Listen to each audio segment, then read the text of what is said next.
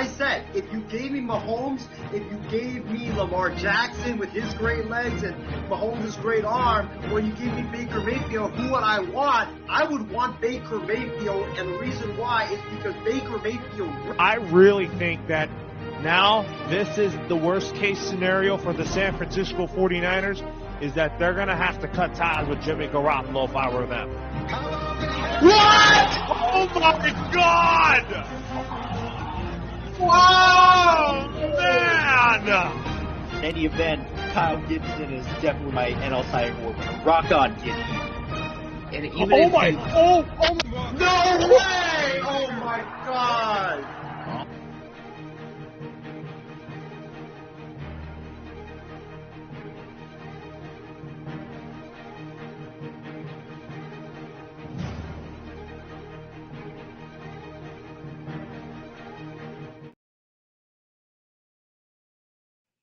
Along with Isaiah Leung, I'm Lauro Antonio. This is a special show tonight on Sports Weekly because it is the eve of NBA free agency, as we are 2 days away from the league's tampering period and when we can make trades official here. Isaiah, how's it going tonight? And been a while that we did shows, but I knew that we couldn't do shows because you've had an eventful week this past week with Steven's wedding and all that, and we want to congratulate Steven on his marriage. And I knew that it was a very busy and hectic time for you and the people from MI6 that came to the Bay Area for that. How's it going? What's up, Lauro? How are you doing tonight, man? Yeah, you're right. It's been a crazy week. You know, congratulations to Steven and his new wife, Helena, for their marriage. I was there. You know, it was crazy. You know, me, Callan, Ryan Schreiner, Furman, Shri Anand, Trevor Williams, we're all there, and it was just a great time. You know, we went to the Giants Padres game on Thursday, and then we went bar hopping, and then on Friday we had Steven's bachelor party at a restaurant near the Oracle Park, and then we ate there, and then we went bar hopping there as well. And then on Saturday, you know, we had the wedding. The wedding was tremendous, and then we went. Me and Steven got hella drunk at the bar that night, and it was just wild. So a lot of the crazy stuff I posted on Friday and Saturday on Facebook, Twitter, just ignore that, fellas, because I did not mean any of it. I was just completely hammered those days. But man, yeah, it's great to be back with you, Lauro, doing the show. We haven't done a show in a long time. And, you know, Merry Basketball Christmas Eve, because once tomorrow hits, once 3 p.m. Pacific hits, and all these free agents get to come off the board and all these deals get to start happening, man, I cannot wait to see what kind of presents each team gets and what kind of presence, especially me and your Los Angeles Lakers get, because, you know, we came so close to going to the finals last year. We just needed some additions to the team to help us out, and I cannot wait to see what kind of presence Rob Pelinka and the Lakers front office are able to deliver tomorrow. Although I did like some of their draft picks, I like the guard that they got from Indiana, who I could see be a starter come day one. But we'll see. It's going to depend on the offseason, but I do like the kid's potential. Yeah, I didn't really have time to watch a lot of the draft, but Jalen Hood-Schifino, that's his name, young talented point guard out of Indiana. I mean, good luck for the kid. I don't think he's going to start right away because the Lakers typically don't like to start young guys. But I mean, he needs to work on his 3-point shooting, because that's the one thing. If you're a guard in the NBA, you cannot shoot 28% from three and expect to have a bright future in the NBA. You need to be at least shooting 30+%, 35% from three to be able to make it in the league. Because look at Lonzo Ball. I mean, Lonzo Ball is a great passer, but he was a terrible shooter. And, you know, sadly for him, you know, yeah, the injuries have taken a toll, but he struggled in the league because he couldn't shoot. So Jalen Hood-Schifino, he needs to work on his shooting, and I think if he works on it, I think if he gets better on it, which I'm confident that he'll get better at it, but I think that, you know, he will really help the Lakers in the future, probably after LeBron leaves. We'll have to talk more about that in a minute here. So, James Harden stunned the world, and he accepted his $35.6 million player option. And him and the Sixers will now turn focus on finding him a trade out of Philadelphia. My thoughts on this, Isaiah, is that did it surprise me? Not necessarily, because James Harden, I do think when he picked up his player option, my thinking of this was like, I think I was gonna think that he was gonna try to make things work with new head coach Nick Nurse, who I thought the Sixers did get it right with this hire, because Nick Nurse is a guy is going to do things that Doc Rivers couldn't. For me, I was very shocked because the rumors that have been floating around and around and around the NBA world was that James Harden was going to decline the player option, become a free agent, look to get paid for one final time. And I thought he was going to join the Houston Rockets, low roll, because that was the rumor that he was going to go to Houston. He was going to go to Houston. This guy reported he was going to Houston. That guy reported he was going to Houston. And I was shocked that he actually took it, but not only did he take it, but he demanded a trade out of Philadelphia after he accepted that player option. And, my thinking is, James Harden probably took a look around the free agency world and thought to himself, there's not really a lot of great teams with salary cap space out there that not only will they be able to help me get paid, but they will be able to help me win. I mean, if you look at the teams that have salary cap space right now, you're looking at teams like the Spurs, the Rockets, the Pacers, teams that are not really that good, and also the Oklahoma City Thunder. And I don't think that Harden really wanted to go back there anyway. So a lot of these options didn't really make sense. And now when you accept the option and Philadelphia is willing to trade you, which, by the way, apparently according to Clutch Points' Brett Siegel, the Philadelphia 76ers could trade James Harden in the next 24 hours because they want to get something done sooner rather than later. So, and, Woj reported the Clippers, Woj reported the Knicks. I think the Knicks definitely should go after him because I think that New York needs a superstar. I thought that was why the New York Knicks struggled big in the playoffs against the Heat, was because they were in a lot of the games, but they didn't have that superstar that would put the team on his back and carry the team to the finish line. And then I think that you look at like the Clippers, if the Clippers get Harden, they would probably have to trade Morris. They would probably have to trade Norman Powell. They would have to trade a lot of their depth. It would be a great big three with Harden, with Kawhi, and with Paul George. But they would be kind of like the Suns. They don't have a lot of depth, and you need depth to win in the NBA. But I mean, you have Harden. Kawhi doesn't really need the ball. Paul George doesn't really need the ball. I think that would be a great fit, honestly, for James Harden. And then Laurel, honestly, another team, and this is a crazy one. I think the Golden State Warriors would be a great fit for James Harden. I know they got Chris Paul just now, but Chris Paul and the Warriors just don't make sense because Chris Paul plays slow. He likes to play pick and roll. The Warriors like to run. They like to run, and do a lot of ball movement, and that's not Chris Paul's way of playing. That's James Harden's way of playing. So if you could maybe trade Chris Paul and some assets, maybe like a Kuminga and someone else to get James Harden, I would do it because that way you would move on from Draymond Green, but you would have that point guard, that point forward that could run your offense next to Curry and Klay Thompson, and the Warriors would be so much more dangerous with James Harden on the team than with Draymond Green and with Kuminga and with Chris Paul. I think that's better than having you're trying to force Chris Paul to fit in with the team like the Lakers tried to force Russell Westbrook to fit in a couple of years ago. And the last thing I'll say about this, Laurel, before I turn it to you, is that this is the NBA getting shaken up, my friend. This James Harden thing, we saw what happened with Kristaps Porzingis, which we'll talk about next. We saw what happened with Bradley Beal. Everybody's chasing Denver, and the NBA is going to look so different next year.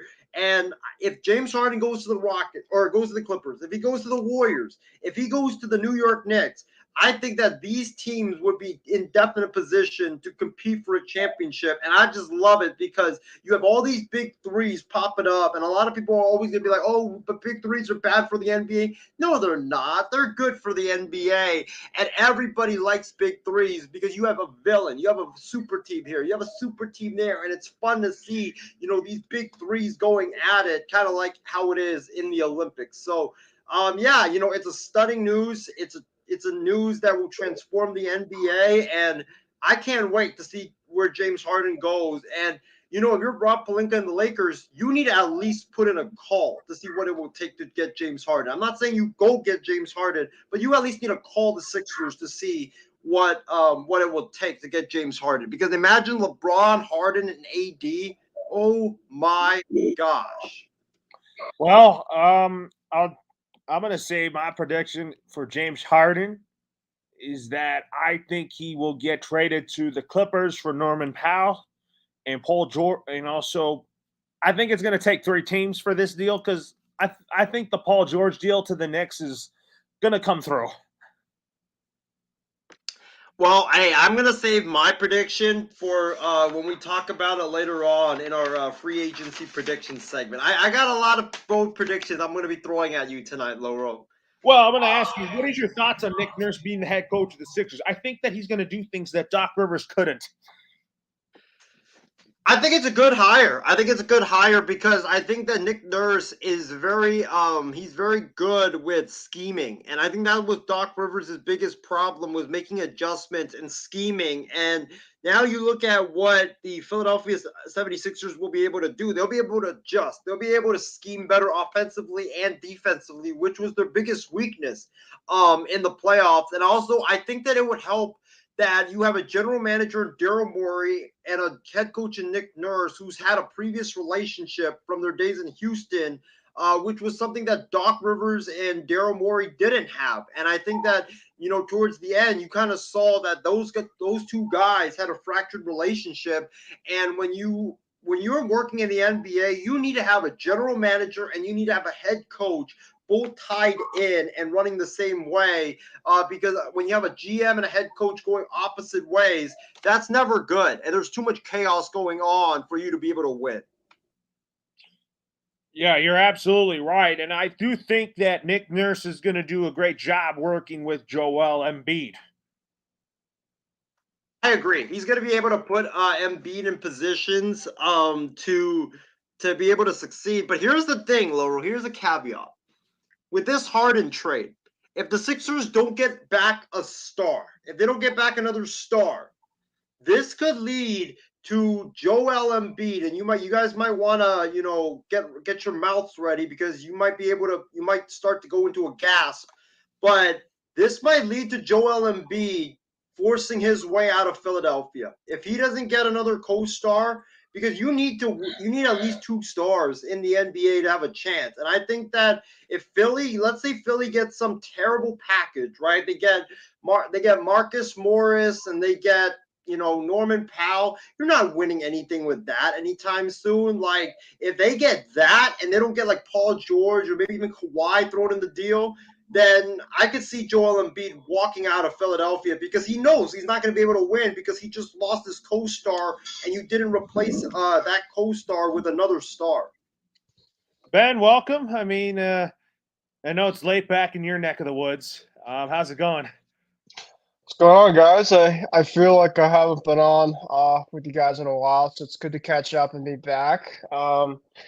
Mostly all good and well. Wish the Red Sox were a little bit better, but Isaiah and I had some talk off the air about how our teams aren't doing terribly great. But trying to keep my calm here as best as I could.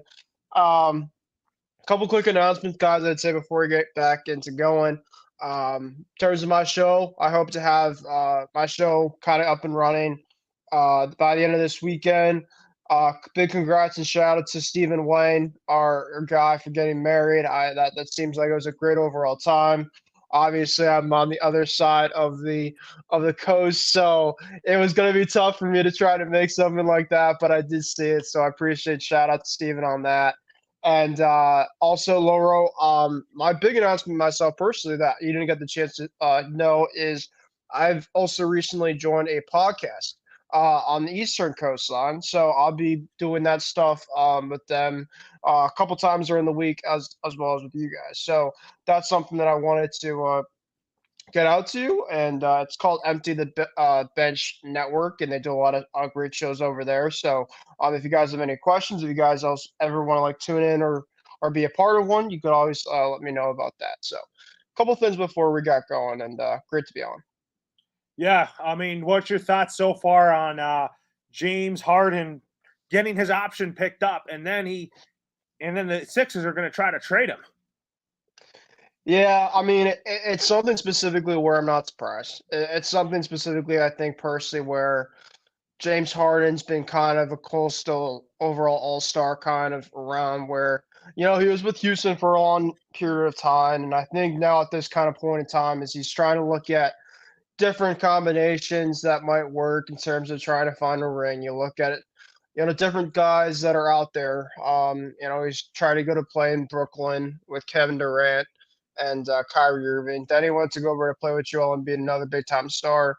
Now, essentially, from what it sounds like, and I know we'll probably talk about, kind of where we feel like James Harden's going to go in our picks, but I think really it's between the Clippers and it's going to be between Miami. I think two teams specifically that are in ready now type of win mode, and I think that the two teams that can probably give James Harden the best package. So I'm not surprised specifically. I know that Isaiah was saying stuff about Joel Embiid's future, and I have a player specifically who I believe specifically could team up with Embiid to keep him there. But I wouldn't be surprised if Embiid's moved on either because you just don't know about Doc Rivers and his future over there. It just seems like the whole thing kind of there is now a mess, especially now with one of your stars gone. And I'm not sure specifically if Embiid wants to, if he feels that he can take his team all the way to the top without another star around him. So it's obviously really big time news. I fully expect a trade to go down before 6 p.m. I guess my overall time now today, but something's going to go down for sure. And it's not surprising, but I think when you looked at it, it's either he was going to be a free agent and test the market that way, or he was going to opt in and try to fund a trade scenario and a team could get something back for us. So he decided to go that route. All right, next up, guys, we're going to talk about the Boston Celtics as they acquire Kristaps Porzingis and a 2023 first-round pick and a 24 first-round pick in a stunning 3-team trade with the Grizzlies and Wizards on the day before the draft. That's a longtime Celtic Marcus Smart exit Boston, and the Wizards getting back Tyus Jones and a couple of second-round picks. I know, Ben, this was heartbreaking because Marcus Smart was really the pillar of the Celtics and their championship run a year ago. And who would have thought that Brad Stevens would move on from Marcus Smart? Celtic fans were like, why would they get rid of Marcus Smart? But you know what? The Celtics needed a starting big man that could play center because Robert Williams cannot play center because he's not big enough. But he's big enough to play the 4. But, Ben, I'm going to start with you on this. What's your thoughts on Kristaps Porzingis joining the Boston Celtics and teaming with your boy Jason Tatum and Jaylen Brown and letting go of Marcus Smart? They had to get rid of one of them, but I didn't think the Celtics – I just didn't envision the Celtics without Jaylen Brown or Jason Tatum.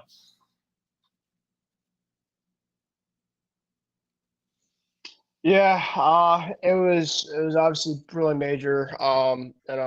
Brad Stevens has worked in his magic and proven to others that we are coming. But that's another story for another day.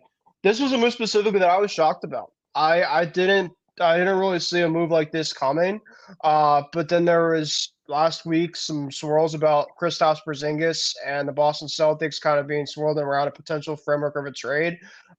Actually, I think the first news was like Shams reported something where the Celtics had interest in him. Like, okay, I didn't really see kind of much into it. And then it started really picking up steam the last couple hours as Kristaps Porzingis had that overall day where he had to make the decision of either opting out or opting in. And then from what it sounded like kind of during the day, it looked like they had a framework type deal that was kind of ready to go. And then they never kind of really agreed to it. And I was thinking, well, maybe it falls apart here and there. And then I remember my brother telling me that night, hey, dude, I got some bad news. What, did it fall apart? And he's like, yep. And I thought to myself, no, how could this be? We had a chance to get this big time guy in Porzingis who I've loved it forever for a while. And it's not going to happen. But then I saw the Woj report that they followed up saying that the Clippers essentially backed up because they were going to get Malcolm Brogdon. They were worried about Malcolm Brogdon's injury status in the past. Of course, Malcolm was kind of hurt towards the end of that playoff run, and he had to have shoulder surgery. So I could definitely see why that the Clippers want to back out of it, but the Celtics and the Wizards are still working together to try to facilitate still a trade.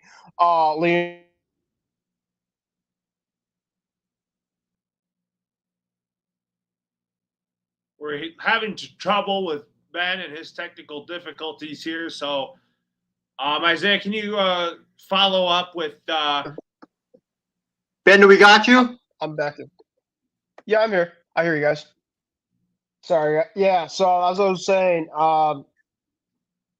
Marcus Smart had to be a part of this trade package, unfortunately, because Brad Stevens really didn't have any other options to kind of, fiddle around of. He was basically kind of the guy that was, around this organization for 9 years, a guy that's the heart and soul, of course, for that team. And it's going to be hard to miss. It's going to be hard. When I saw that overall trade, the details,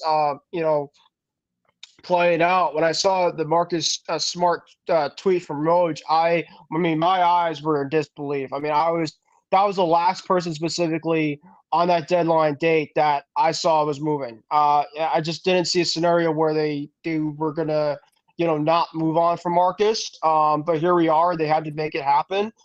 So it's going to be tough to see Marcus in another uniform. But I think specifically that the players are happy for him. I know Tatum is, Brown is. Derek White is for sure.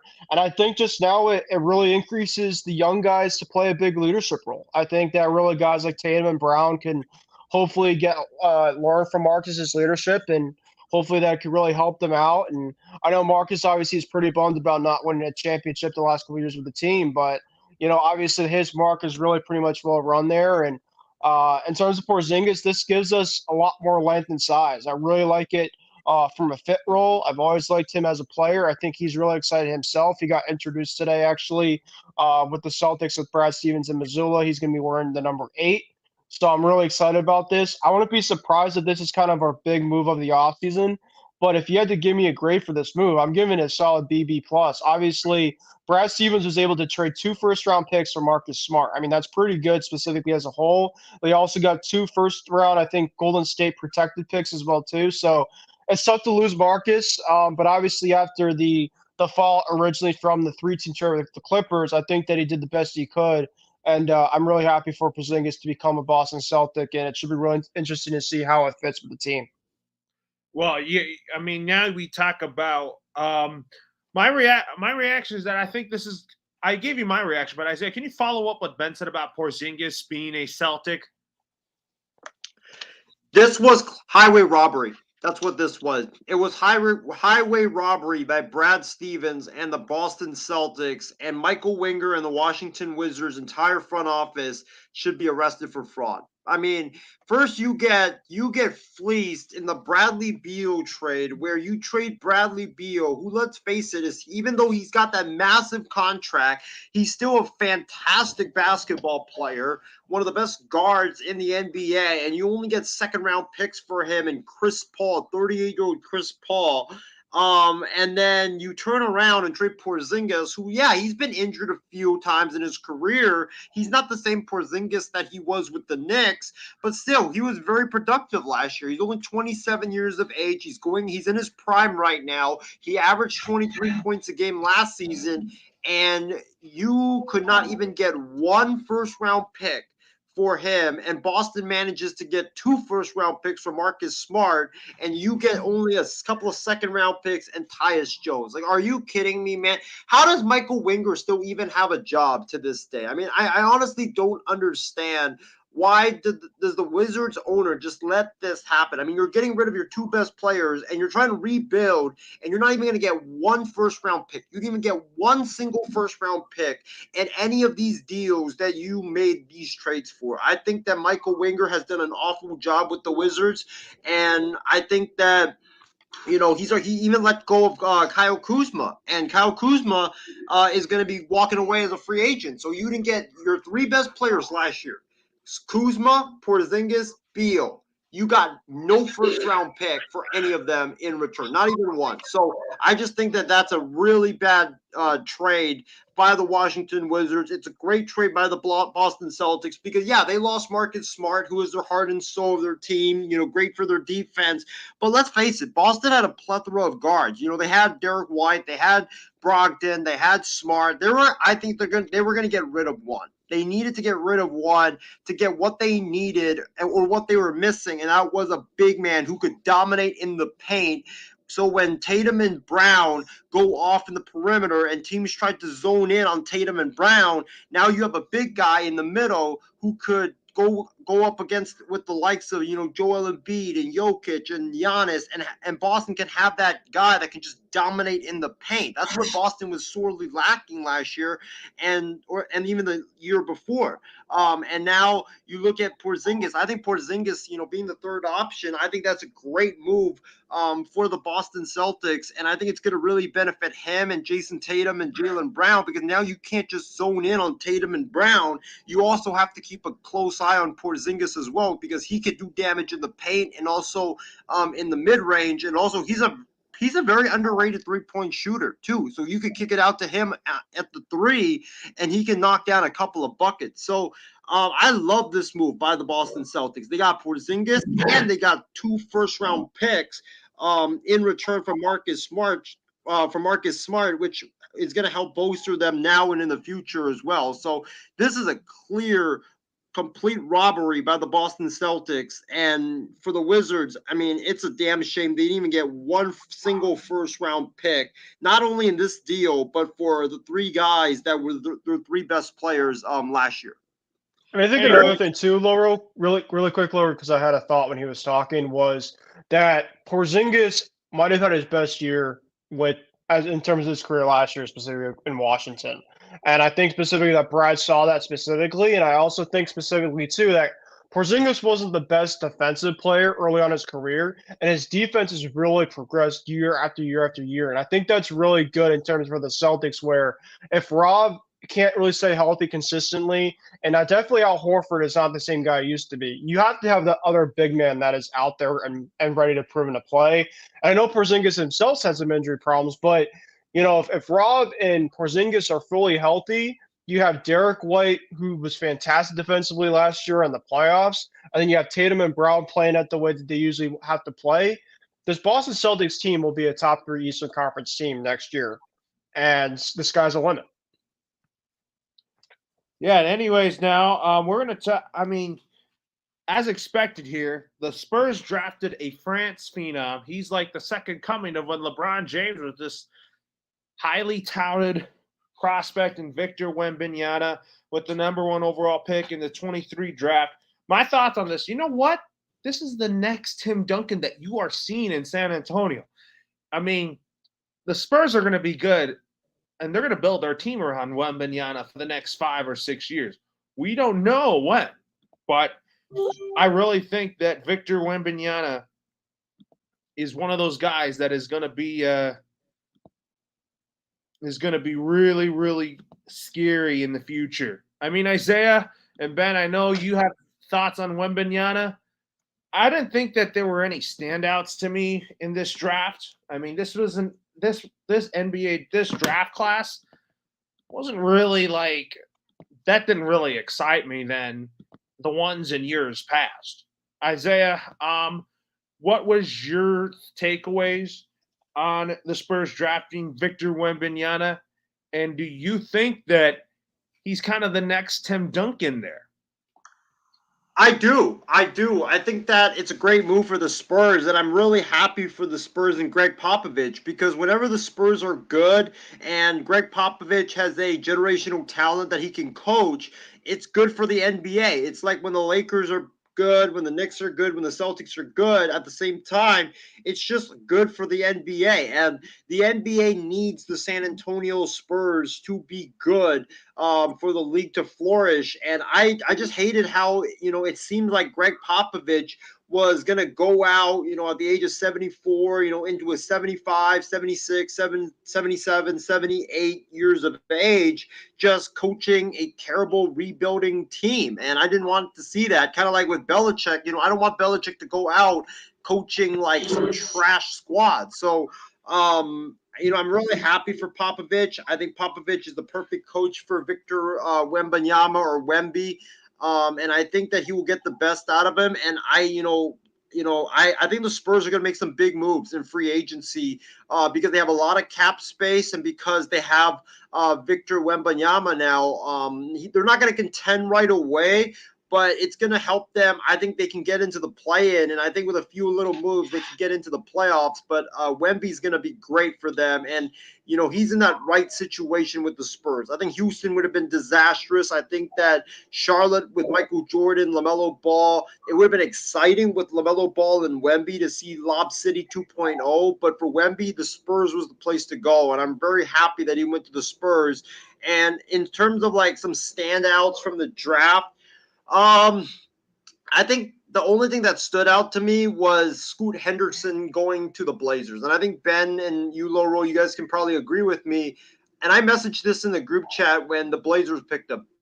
Dame Lillard's done in Portland. I don't think Dame Lillard's going to come back because Scoot Henderson, Dame Lillard does not want to play with young players. He wants to play with veterans, and that's why when that pick came, I kept telling Ben and James this on Kicking It with Cruz last week that watch for the number 3 pick because that's going to determine the future of the league for the next 5 years. Because if Portland drafts a young player, Dame is going to be gone. If Portland trades it, they're probably going to get a superstar in return, and they're going to get another big 2 or big 3 in Portland.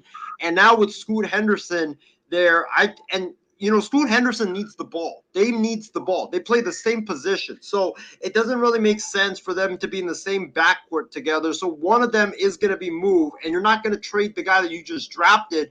So I think it's just a matter of time until Damian Lillard is going to get traded. And I think that this summer is the year that he's finally gone from Portland.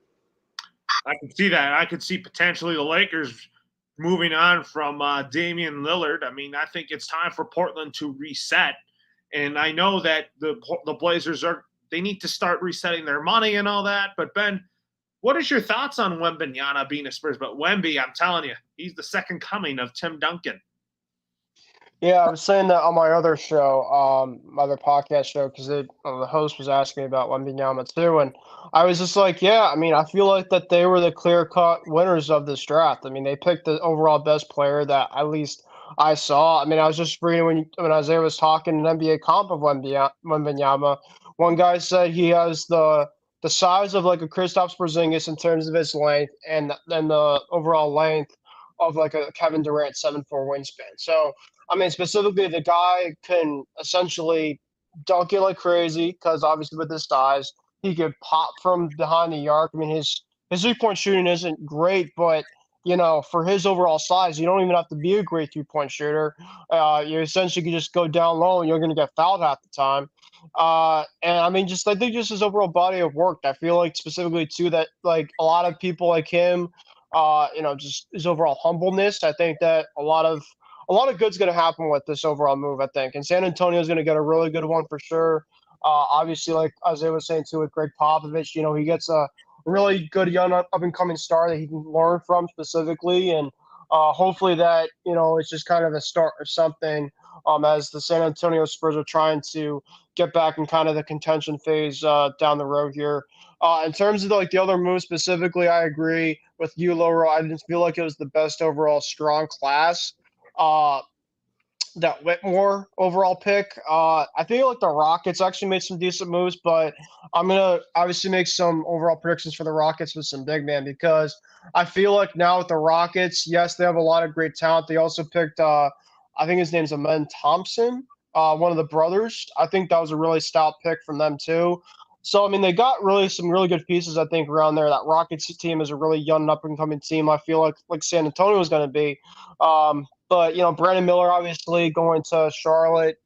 It was obviously 2 and 3 were kind of back and forth. Scoot was going to Portland. So, but really after the Scoot pick, I mean, I don't really know in terms of a lot of the guys specifically. I mean, I had some overall thoughts here and there on some guys, but yeah, I mean, in terms of him beyond me, he's really just the guy that a lot of people have been talking about, and then a little bit kind of the rest of them from 2 and 3 with Miller and Scoot. But it's really Victor, and I think Victor's gonna have a lot of good years ahead of him, and he's gonna be a star for sure. Anyways, we're going to move on to our free agent predictions, but we'll start with Kyrie Irving.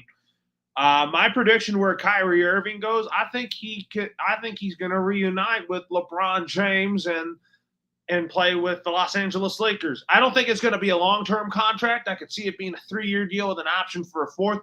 I could see Rob Pelinka giving him that, but I really think that Kyrie Irving is going to join the Los Angeles Lakers this offseason. What about you, Isaiah? I got him going to the Rockets. I got him going to H-Town. I know it's a weird pick, but Houston's got the most amount of cap space. They got $60 million in cap space, and they want to spend it, and they want to get a superstar. And now with James Harden off the table, Kyrie Irving is like the second big star out there now on the table. And I think Houston's going to do everything in their power to try to get a Kyrie Irving to come to Houston to mentor Jalen Green and to mentor all the young pieces that they have.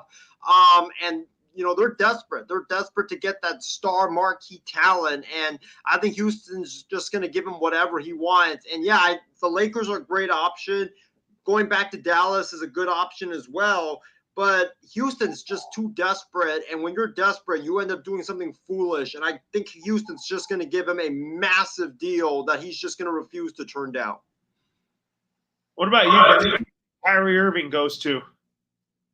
I think he actually stays. I think he's going to stay in Dallas. I think that Dallas is going to find a way to keep him around. And I think another thing, too, is that Luka's future, too. I think that Luka, for his overall stake, I feel like that Kyrie and Luka, for the most part, I know they obviously had some tough times, but think about it this way too. Kyrie came in halfway through the season. You get a full year with Kyrie, you get a full year with Luka. I think that chemistry, at least for 1 year, I'm going to give at least another year for that, and so I'm going to have him going back to Dallas. Next up, we talk about Draymond Green. I think Draymond Green will stay with the Golden State Warriors because I still think the Warriors could still win a championship still with like Chris Paul or something like that. I think Draymond Green will stay with the Warriors, I think on a 2-year deal because I don't think they have the money to give him a super max deal like they have with Curry because basically the Steph Curry contract is still eating up their salary. Isaiah, go ahead. You guys ready for this? Yeah. This is one of my hottest takes during this segment. I got Draymond Green going to the Lakers to reunite with LeBron James. I think that this has been a move waiting to happen for the last 3 to 4 years. That's why Draymond signed with LeBron's agency, Clutch Sports. And that's why Draymond, if you see his podcasts, he always just praises LeBron nonstop. And the guy even one time said, when LeBron was about to break Kareem's record, he said, I would skip the Warriors game. I would skip my own Warriors game just to go to the Crypto.com arena and watch LeBron James breaks a record. Like, those guys are obviously best friends. They were spotted vacationing together in France, and I don't think the Warriors will be willing to give Draymond Green that massive contract that he wants. I think, they want him to take a pay cut and Klay Thompson to take a pay cut so they can keep that massive team around. And, this also leads into another prediction I have later on, but I think that with Draymond, if he leaves Golden State, I think it's going to be to the Lakers. And with Darvin Ham being a Michigan guy and Draymond Green being a Michigan guy, I think those two guys are going to connect very well. And, with Draymond being at the 4, it's going to help AD on defense as well. And also you can have LeBron off the ball with Draymond being one of your primary facilitators. So I'm going Bode. Give me Draymond Green to the Lakers. What about you, Ben? Do you see Draymond Green staying? The Draymond Green era in Golden State to me is over. I actually have him going to the Portland Trail Blazers. He's going to team up with Damian Lillard, and I think specifically that there has been some talks that Damian Lillard and Draymond Green have had some meetings. So that's, I think, one player that I feel that will help potentially keep Dame Lillard satisfied a little bit in Portland, because Portland's going with a lot of young talent. I think this is a really satisfying move. It keeps him out west and have him go on the Portland Trail Blazers. Then we talk about Chris Middleton of the Milwaukee Bucks. I'm going to predict that Chris Middleton is going to be I'm going to say he stays with his buddy Giannis in Milwaukee. I don't think he's leaving Milwaukee. I think he can win another championship with Giannis and also new head coach Adrian Griffin. Isaiah, where do you think Chris Middleton goes? I got another boom for you guys. I got Chris Middleton leaving Giannis and joining Chet Holmgren, Josh Giddey, and SGA and OKC on a short-term deal. OKC, they're ready to win. They showed that last year. They got that young talent ready to win. I think that, with SGA being a promising young up-and-coming star, Josh Giddey can ball, Chet Holmgren, he's going to be back. He's going to be a guy that I think is going to be a star. OKC's got a lot of cap space. They have a lot of picks. I think in the future, they're going to try to trade some of those picks for a superstar. But right now, if you get a guy in Chris Middleton that can help establish a culture of winning and be that star that, he can take the team on his back, especially later on in the games, which is something that OKC really struggled with a lot in last year, games down the stretch. I think that it would really help those young Thunder players, and I think that he could be that mentor figure for OKC. So give me Chris Middleton, OKC, on a short, 2-year, $45 million a year type of a contract, and probably an opt-out after either year 1 or year 2. Anyways, let's go to Ben here. Where do you think Chris Middleton goes? I think he stays. I haven't really seen much smoke specifically, or at least I've heard anything about Middleton leaving. I think he'll probably get a little bit longer of a contract extension. I think they wanted to rework some of the money. So yeah, I have Middleton staying in Milwaukee. Next up, we talk about Fred VanVleet.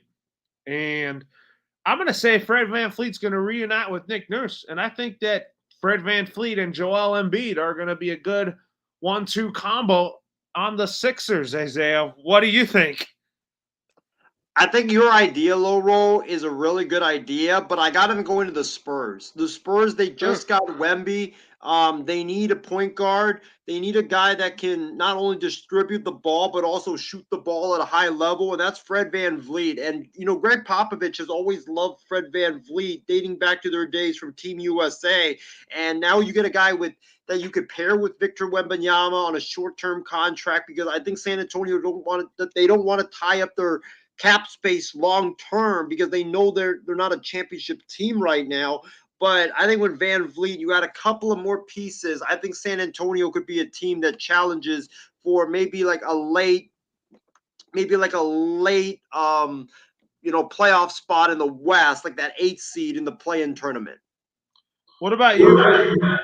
Fred VanVleet goes to? I have him going to Houston.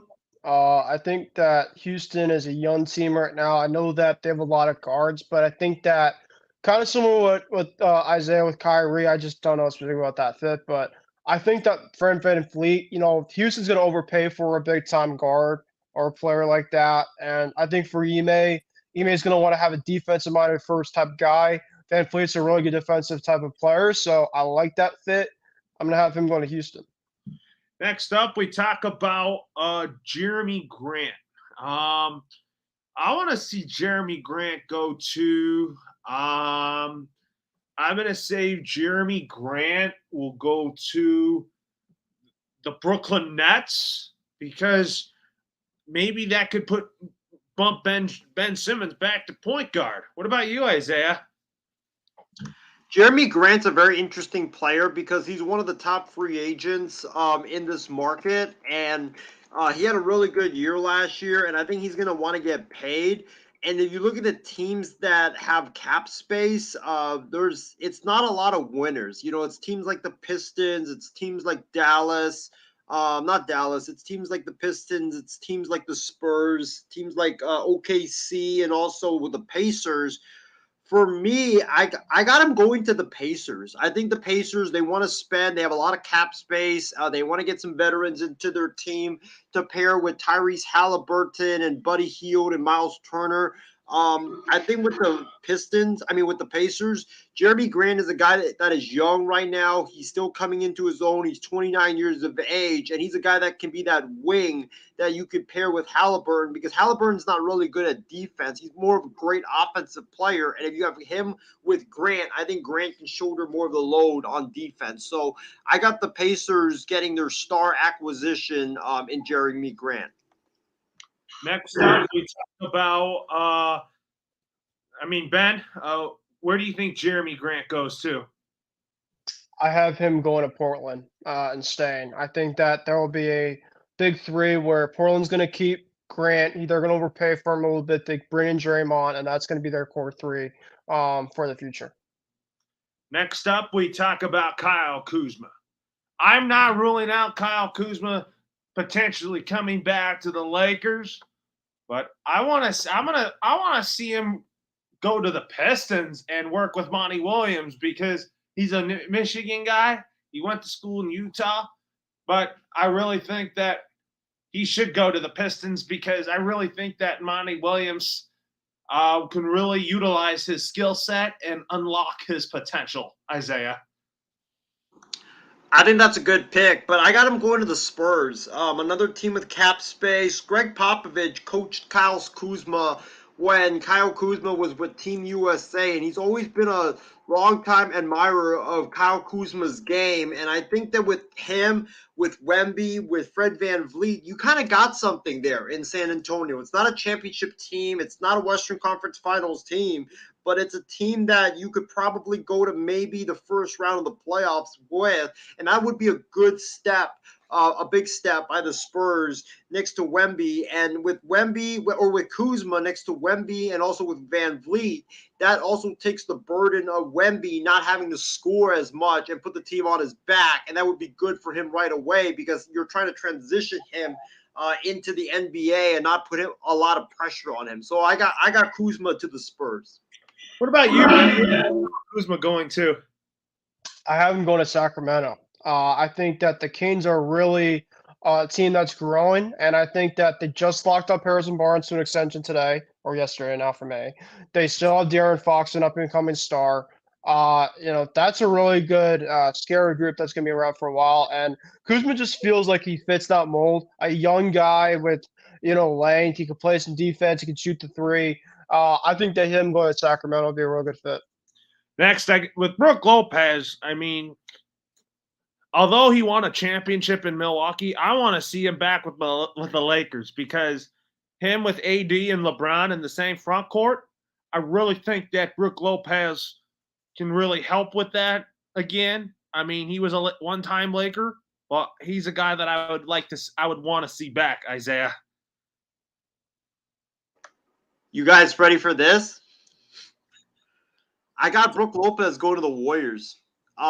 With him, because I got Draymond Green going out of Golden State, and I got another player that the Warriors will add.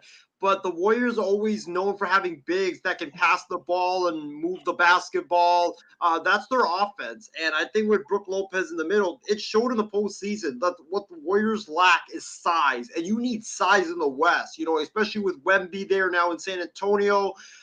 with Anthony Davis in LA, with Jokic. You need a big man that can go in and do the dirty work in the paint and bang with some of those bigs in the West. And Brook Lopez, not only can he do that, but he also can pass the ball at an exceptional level, and he can stretch the floor. So I got Brook Lopez going to the Warriors. I think the Warriors, will fix their mistake of not having size and always wanting to play small ball, and they will finally add the perfect center to their offense.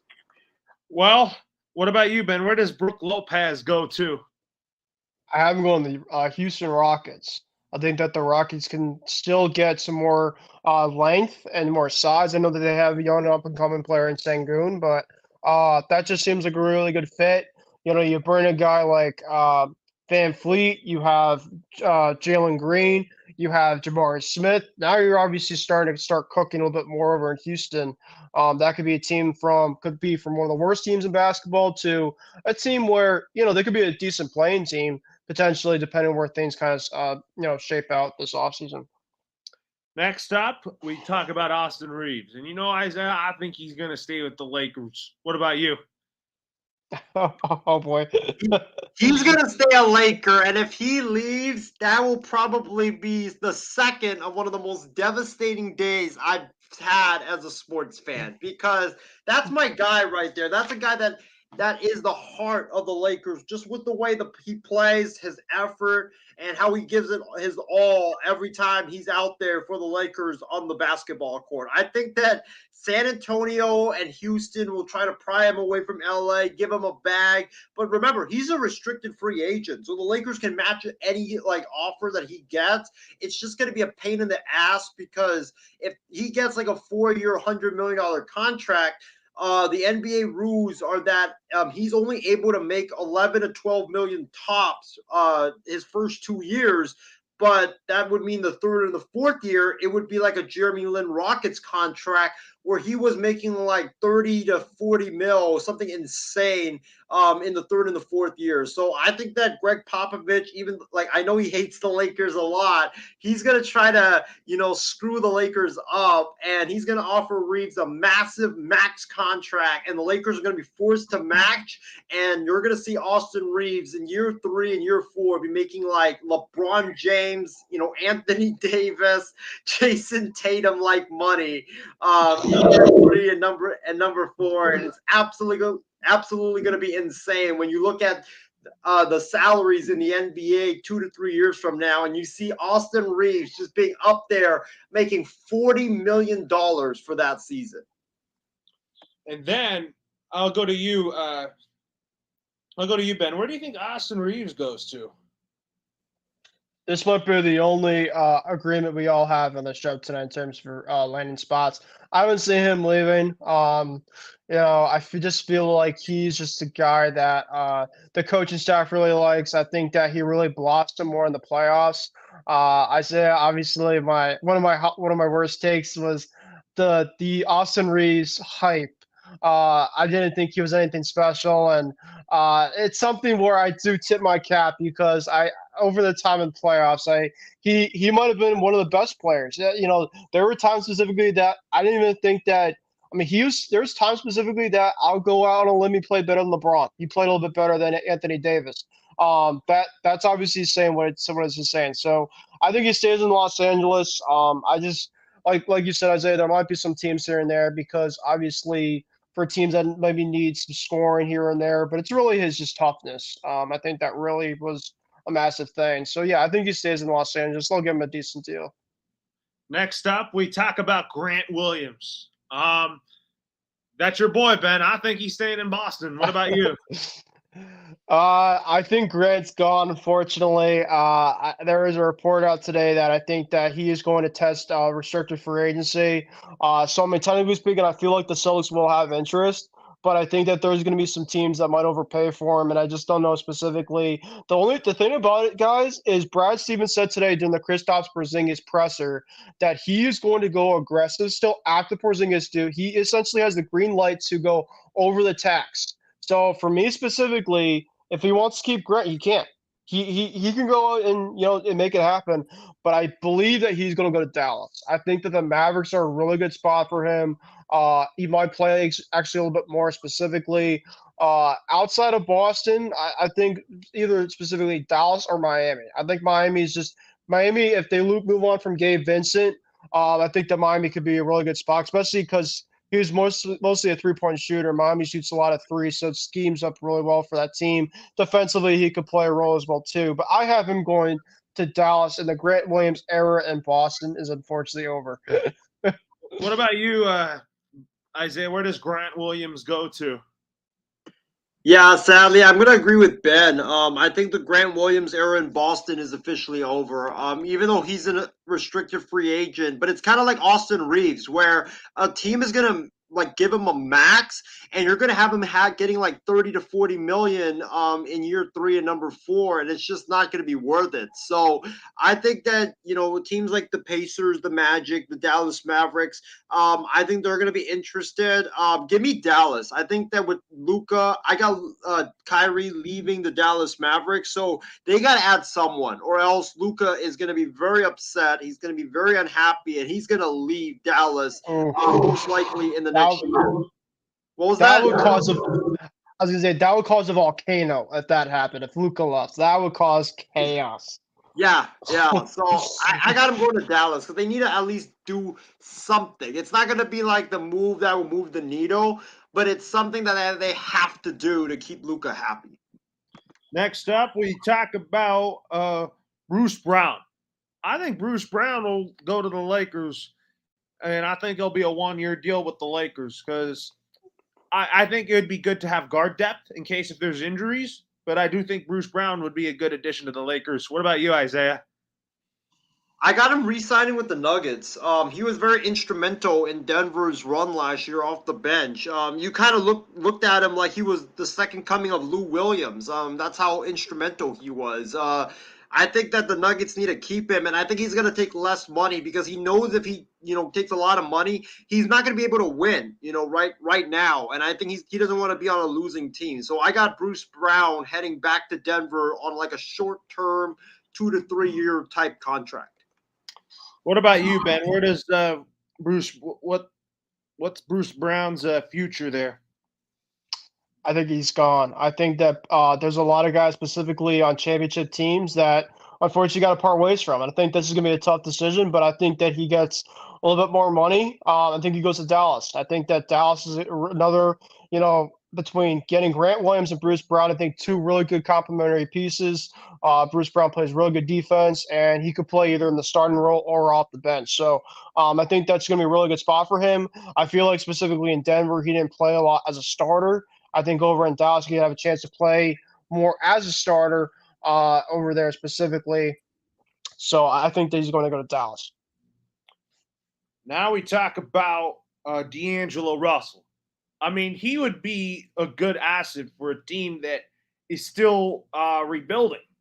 I think D'Angelo Russell will go to I want to say D'Angelo Russell will go to the Clippers because I think he'll stay in LA, but I think the Clippers would like to get a young point guard to go to give the ball to Kawhi Leonard and throw lobs to Ivica Zubac. What about you, Isaiah? He's tough because I don't think that he's gonna go back to LA. Because like I told you off the air, Loro, he's too inconsistent for me. Last year you saw when he was with the Lakers, there were times that he looked great, and then for one game, and then for like the next 2-3 games, he would look like he belonged in the G League. So I don't think that he is gonna be back with the Lakers. I think LeBron. LeBron likes him, but he demands consistency. And I think that's what rubbed LeBron the wrong way last year. So for me, I got him going back to Brooklyn, actually. The Nets are not rebuilding, but they're kind of retooling their roster. And he's got that relationship with Sean Marks and also the Nets organization, and he's like the perfect guy right now for them because they need a guard, they need a point guard. The Bulls are another one that would be interesting because they need a point guard with Lonzo's injuries. But I got him going back to the Nets just because of the relationship, and I think with D'Angelo Russell, his scoring ability, Cam Johnson, Mikal Bridges. I think that's kind of a somewhat of a good young team that they got there in Brooklyn. Ben, where do you have D'Angelo Russell going to? I have D'Lo going back to your Los Angeles Lakers. I don't think that he is going to leave. I think that I feel like that Darvin Ham still really believes in Russell, and I think that they're going to keep him around. In terms of the contract, I'm not sure about, but I think he's going to come back. For Dante DiVincenzo, I think he's going to go to the Mavs because I really think that it's between the Lakers and Mavs, but I think DiVincenzo can be a guy that can come off the bench for either side.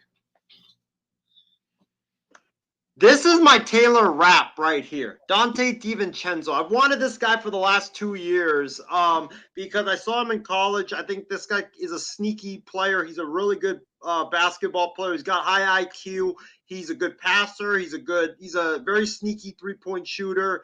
He can get better at it, but also he's a great defender. And he's got that relationship with Darvin Ham dating back to their days in Milwaukee.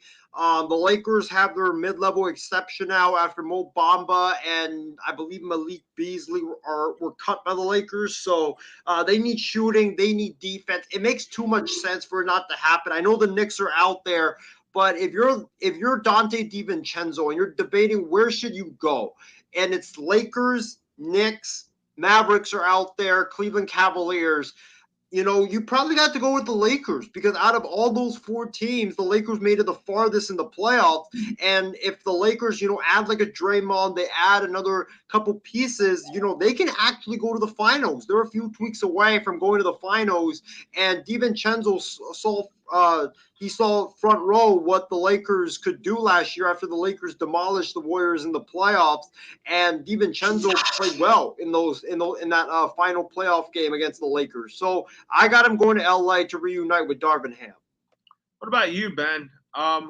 Where do you think DiVincenzo goes to? I have him going to the Knicks. I think that for him specifically, it's a really good spot. He actually could reunite with 2 guys he played with in college, Josh Hart and Jalen Brunson, both at Villanova. So obviously the connection there. Him with Tom Thibodeau, I think that's a really decent match. And so, yeah, I have him going to the Knicks. Now we talk about Mo Wagner. I mean, the Lakers, I think, would like to use a backup center. Like I have Brook Lopez going there. I think Mo Wagner will go back to the Lakers and be the backup center. What about you, Isaiah? I agree with you, Loro. Mo Wagner is a guy that not a lot of people are talking about. He actually balled out with the Magic last year, and he broke out and had the best year of his career. He's only 26 years of age. He can shoot the 3 ball at an exceptional level. He shot 50% from the field, 31% from 3. He averaged 10 points and 4 rebounds off the bench. He's going to be a good backup center for someone that picks him up. And I think if you pick him up on like a 2-year, $10 million contract, I think you will be getting sneaky good value. And I think with the Lakers, I originally wanted to put Lopez in LA, but I thought with the Lakers getting Draymond Green, they need to add another big to counter the size that Denver has, and also to put less pressure on AD. And Rob Pelinka and the Lakers drafted Wagner, and I just think that is a good relationship that they still have. So I got Wagner coming back to the Lakers and being the starting center for the Lakers next to AD, or being the backup center for the Lakers. What about you, Ben? Where do you think Mo Wagner goes to? I was going to say Lakers too, but I'm going to go actually and have him stay in Orlando. Orlando has a really good young team. Franz is still there. They have Banchero. Anthony and Suggs might be potentially on the trade market. I'm not sure. I know I saw that report about it because I think that the Magic are just have a lot of good young ball handlers and stuff. But I think that Wagner stays in Orlando. That's a really good fit there. So I think he stays. Now we go to Seth Curry. You know what? Why not? Seth Curry goes to the Warriors to be their 6th man and reunite with brother Steph. What about you, Isaiah? I got him going to the Warriors as well. Reunite with Steph Curry. The Warriors need a guy that can shoot the ball off the bench, and he wants to win. I think he's like 30 something years old. He wants to win right now, and I think he's perfect for the Warriors. What about you, Ben? Where do you think Seth Curry goes to? I have him coming to Boston. I think that eventually we get a guy off the bench that could be a really good knockdown shooter. And I think Seth Curry, could play, start in the starting role as a shooting guard. He could play off the bench, and I think he'd be a really good off the role type of player for the Celtics. And kind of what the Celtics have been missing for a while, and that's a knockdown 3-point shooter. And then we talk about Jakob Poeltl. I'm going to say Jakob Poeltl goes to the Warriors because I think he would be that big man that the Warriors are looking for. Where do you think he goes, Isaiah? Oh, wow. He's a tough one because he's young. He's going to want a lot of money. I got him going to Orlando to replace Mo Wagner. He's kind of got the same skill set as Mo Wagner, but he could do it a lot better than Wagner. And Orlando, if Wagner leaves, they're going to need a starting center. So, and they have the money. So I think with him, like Ben mentioned, Orlando's got a good young core with Franz, with Banchero there. Jalen Suggs is there as well, although they might trade him. Who knows? But I think with that young core, you add a veteran who's won a championship with Jakob Poeltl. I think that's the right fit to get Orlando to potentially into the playoffs. What about you, Ben? Where do you think Jakob Poeltl goes to? Hear me out on this one, Isaiah. This is going to be a really hot take one for a pick. I got Jakob Patel going to Cleveland Cavaliers and replacing Jarrett Allen after a trade that will go on the next couple of days. I think specifically that the Cavs have a little bit of a shakeup. There's the stuff that the smoke's going out there, that there's going to be some fire. And I don't think specifically that Garland and Mitchell will be the guys specifically that could be on the move. I think it could be Jarrett Allen. And I know that for Cavs fans, that would be really crazy to think. I think they're going to be having some calls. And I think Patel is a young guy, and I think that they can still kind of build around that team. So I know it's kind of crazy, but never say never. And I think that that could be a specific type of replacement that could kind of keep the Cavs still within reach. Anyways, now with that being said, now we talk about Kevin Love. I think Kevin Love will stay in Miami, Isaiah. I think I could see him potentially running it back with Jimmy Butler and Tyler Herro. I got Kevin Love going to the Milwaukee Bucks. I got Brook Lopez leaving, so they're going to need a big with Giannis who could stretch the floor, and Kevin Love's the next best thing. And I think that with Kevin Love there, he wants to keep on trying to chase championships. It doesn't make sense for him to go to a team like the Pistons or the Magic or the Spurs. Other teams like the Lakers, I got them already filling their center with Wagner, and the Warriors as well with Brook Lopez. So Kevin Love, he's either going to stay in Miami, or I think he's going to go to a team that Brook Lopez doesn't go to. And in this case, it's going to be Milwaukee, because I got Brook Lopez leaving Milwaukee, and I got Chris Middleton leaving Milwaukee as well. So they need to get somewhat of a veteran to fill the two spots, and they need to get a guy that can score to fill the two guys that they lost, which are huge, because Lopez was great scoring wise for the Bucks, and also Middleton, he was their second star. So I got Kevin Love going to Milwaukee.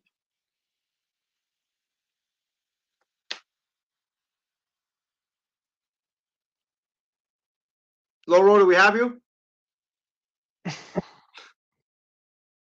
I guess he's.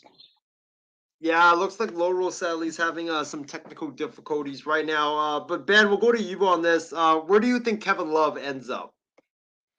I think he's going to stay in Miami. I think that that's a really good fit over there. And just I think he's getting so older up in age, so I think he could still kind of play his role. And it's a team that's contention, obviously. They just made the finals. So I don't really see him leaving. There'll probably be some other suitors out there. I could definitely see that Bucks fit. But time will tell about that. All right, and then the last free agent we'll go to before we move on to our trade candidates is Russell Westbrook, who's a very interesting free agent, formerly of the Clippers. Ben, I'll go first on this. I think Russell Westbrook, for me, it's tough because I don't see a lot of like championship teams offering him a big time contract. But for me, I got Russell Westbrook actually. I got him staying with the Clippers. I think it's just a really good fit. You know, you got Kawhi there vouching for him, Paul George vouching for him. It just makes too much sense. And he actually balled out in Paul George and Kawhi's absences last year. And I think that with Westbrook, if he does in fact go back to the Clippers, it's going to be on like a veteran minimum deal for him to prove himself and show that last year the playoffs wasn't a fluke. I agree. I think that him staying with the Clippers, I think that for a while it was just him trying to find the right fit. And I think that the Clippers actually, in Ty Lue's system, it felt like that he found something there. He started to click a little bit. So I think he sticks around, especially too with the uncertainty with the injuries between Paul George and Kawhi Leonard. And I know that the future's probably, that reporting stuff is probably at the window by now, but you just never know specifically. And I have somebody that in our next segment that's going to be joining that team. So I'll tell you in terms of who that might be. All right, I can't wait for that. And that's a good segue into our next segment, which is the trade candidates. We have a lot of stars that most likely will be on the move this year in what should be a transformative offseason. So let's start with James Harden, the guy that picked up his option today, and him and the Sixers are reportedly working on a trade that will send him elsewhere. Ben, you're going to see a lot of we're probably going to have a lot of booming hot takes, in this segment. So I'll start you out with one. Ben, for me, I got James Harden going to, get ready for this, the Golden State Warriors. And I said this when we talked about Harden, where he should go and what destinations are available. I said that for the Warriors, the Chris Paul fit doesn't make any sense to me. Chris Paul plays slow. Chris Paul is a methodical player. Chris Paul is a guy that likes to, go do the pick and roll. For the Warriors, it's all about speed and pace. It's about run, run, run. And a guy that thrives off that run, run, run system is James Harden, as I think we do have Loro back onto the program. But I think with the Warriors, I have Draymond Green gone. So they need a guy that can facilitate the offense next to Curry.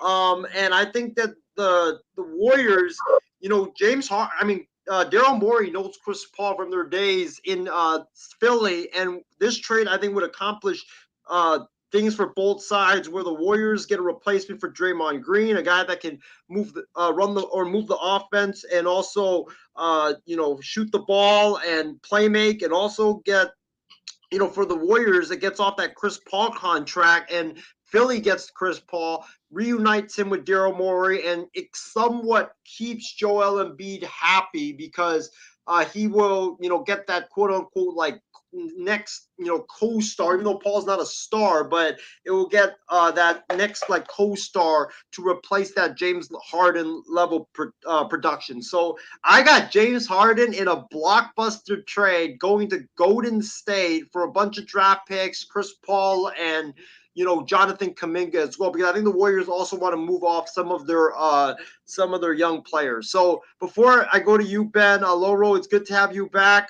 We did Russell Westbrook. I don't know if you want to give your prediction on where Russell Westbrook goes, and you can also give your prediction on James Harden. No, I think Russell Westbrook. I think he will stay with the Clip. I think he'll stay in LA with the Clippers.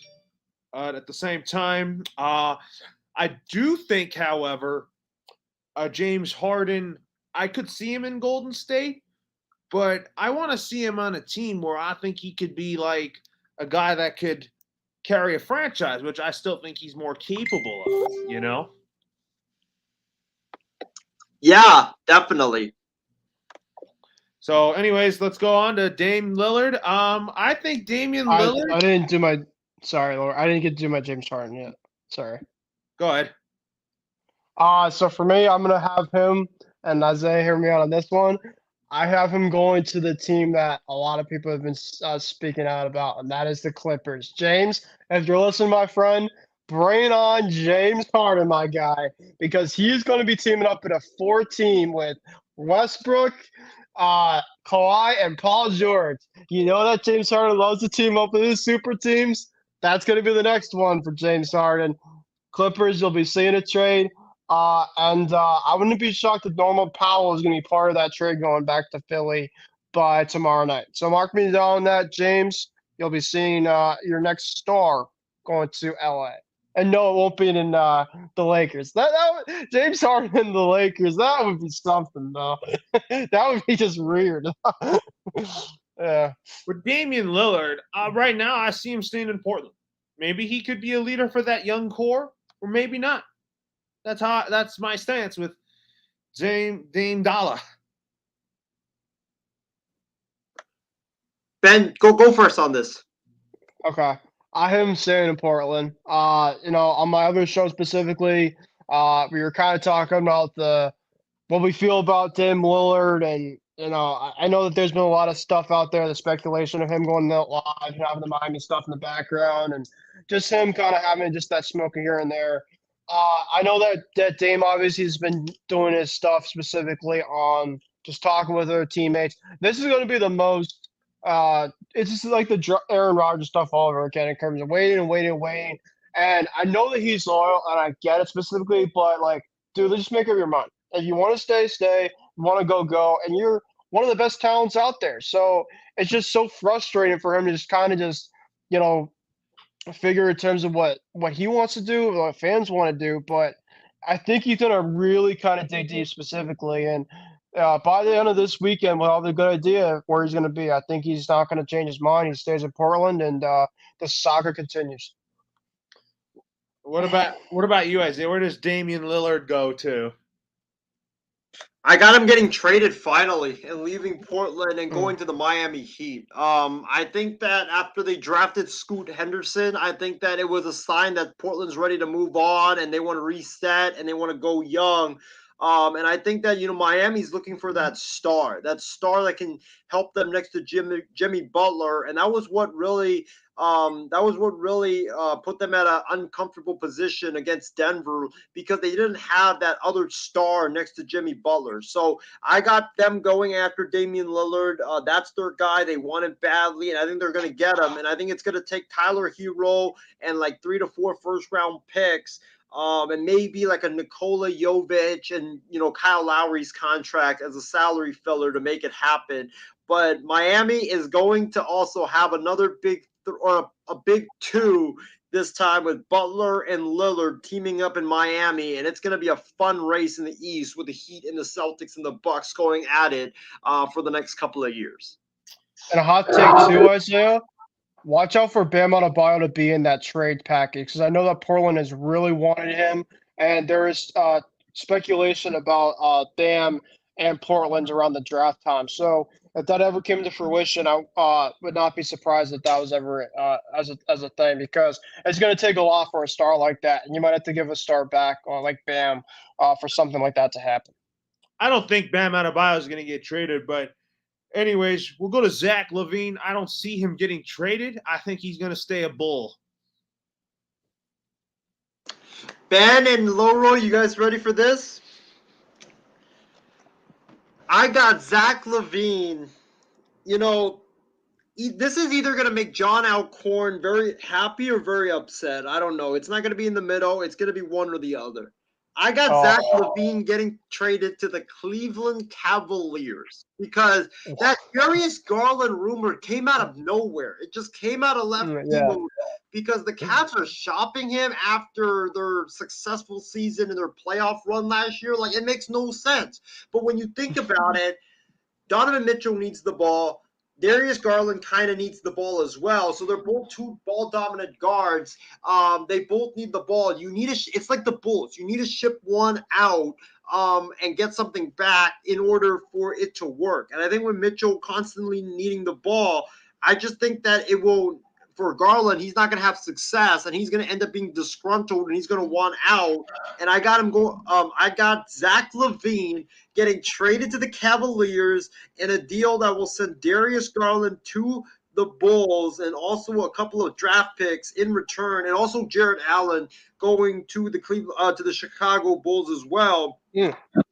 In the deal. And I think that, with him, with Vucevic, the Bulls need to shake up the roster. I know they brought back Vucevic, but they got to choose one between LaVine and also between DeRozan. They got to choose one or the other. You can't have both.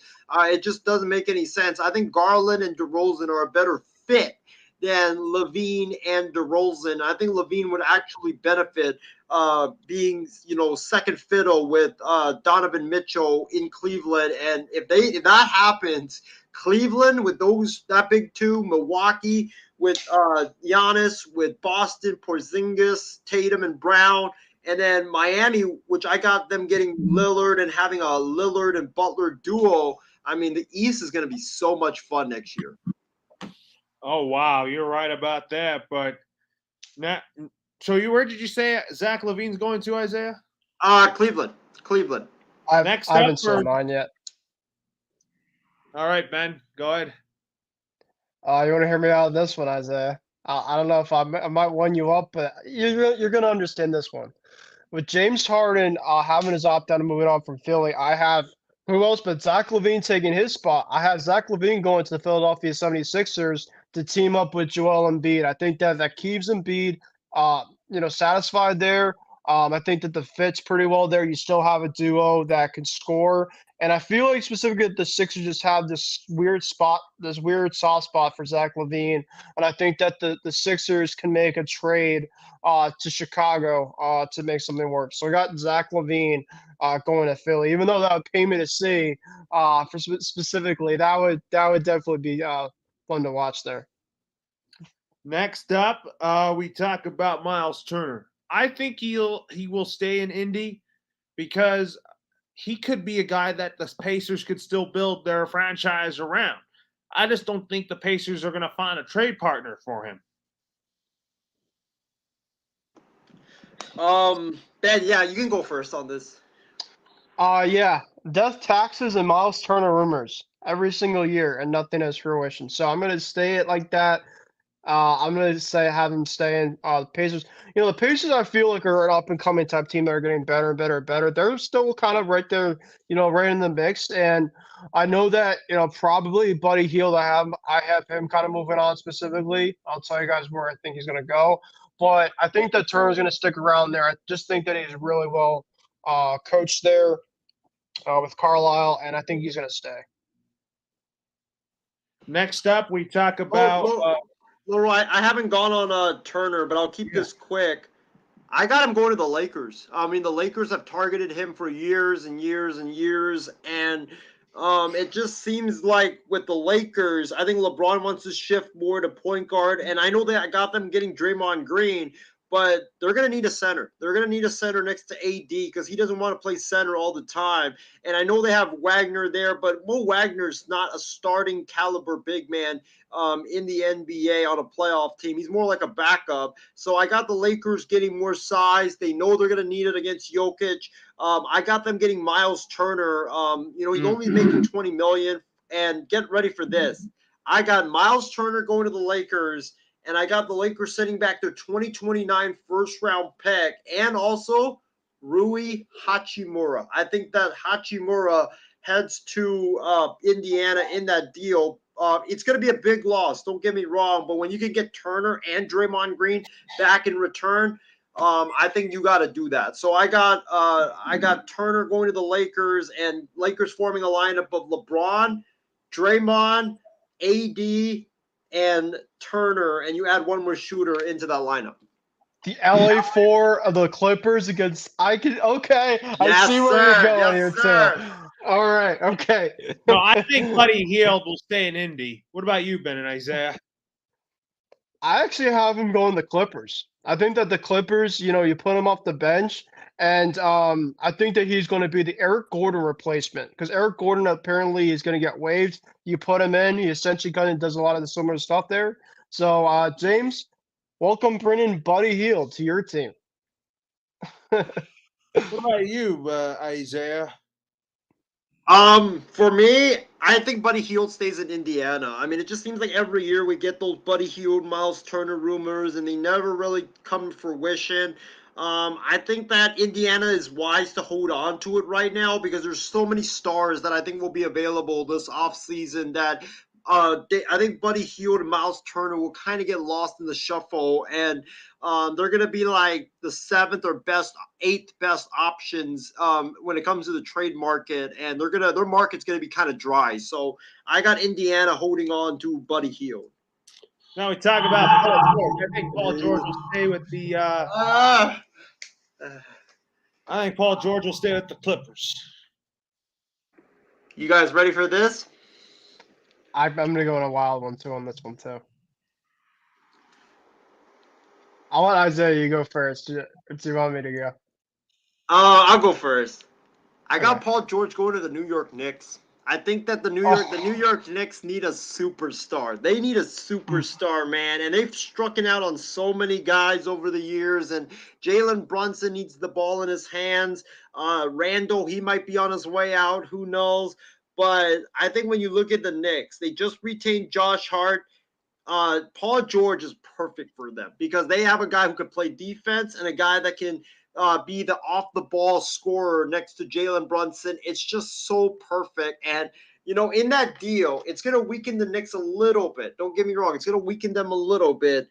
But I got them sending Julius Randle back to the Clippers in return for Paul George and doing like a Paul George Randle deal in which both teams kind of move off of players that that they thought were better than they have been. And I think that both of those two guys, they both need fresh starts. It just seems like, and I think Randle will thrive in LA with the Clippers, with Kawhi, and Paul George goes to the Knicks. And sadly, the Kawhi Paul George era in LA ends this offseason.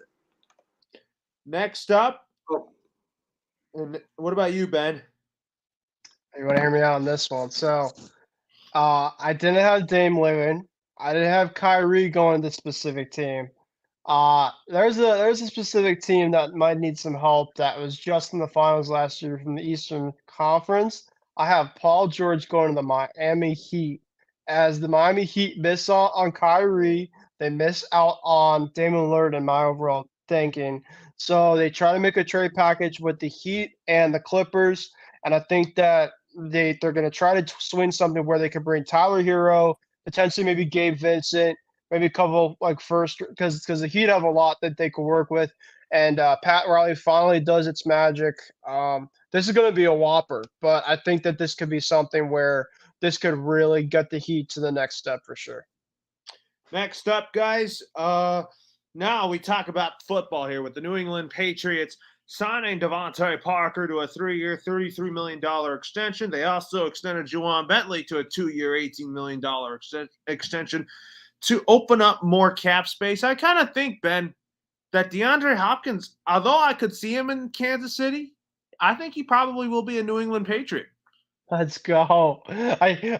Laurel, that just sounded like chills to me, my guy, when you said that.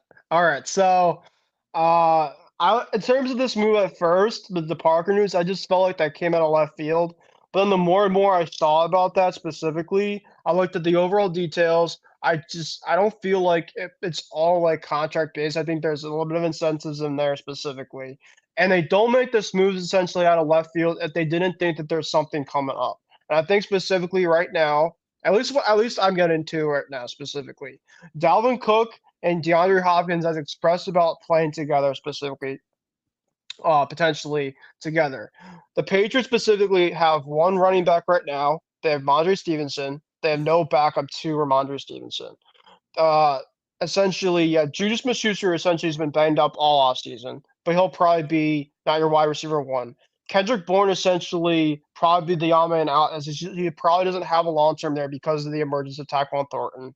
So, with that all being said, DeAndre Hopkins essentially, to me specifically at Laurel, and we're not even being biased aside, Mac Jones essentially needs a guy. He needs to essentially, it's his time now where he's in an option year you have to have a guy because you look at all these guys right now. And I was hearing something today actually where third-year quarterbacks, fourth-year quarterbacks, they always seem to have this certain guy with them as a receiver to help blossom into the next step. And even though DeAndre Hopkins isn't the same guy he used to be specifically, he's a proven receiver that's been around the league, that's been one of the best receivers in football for a long period of time.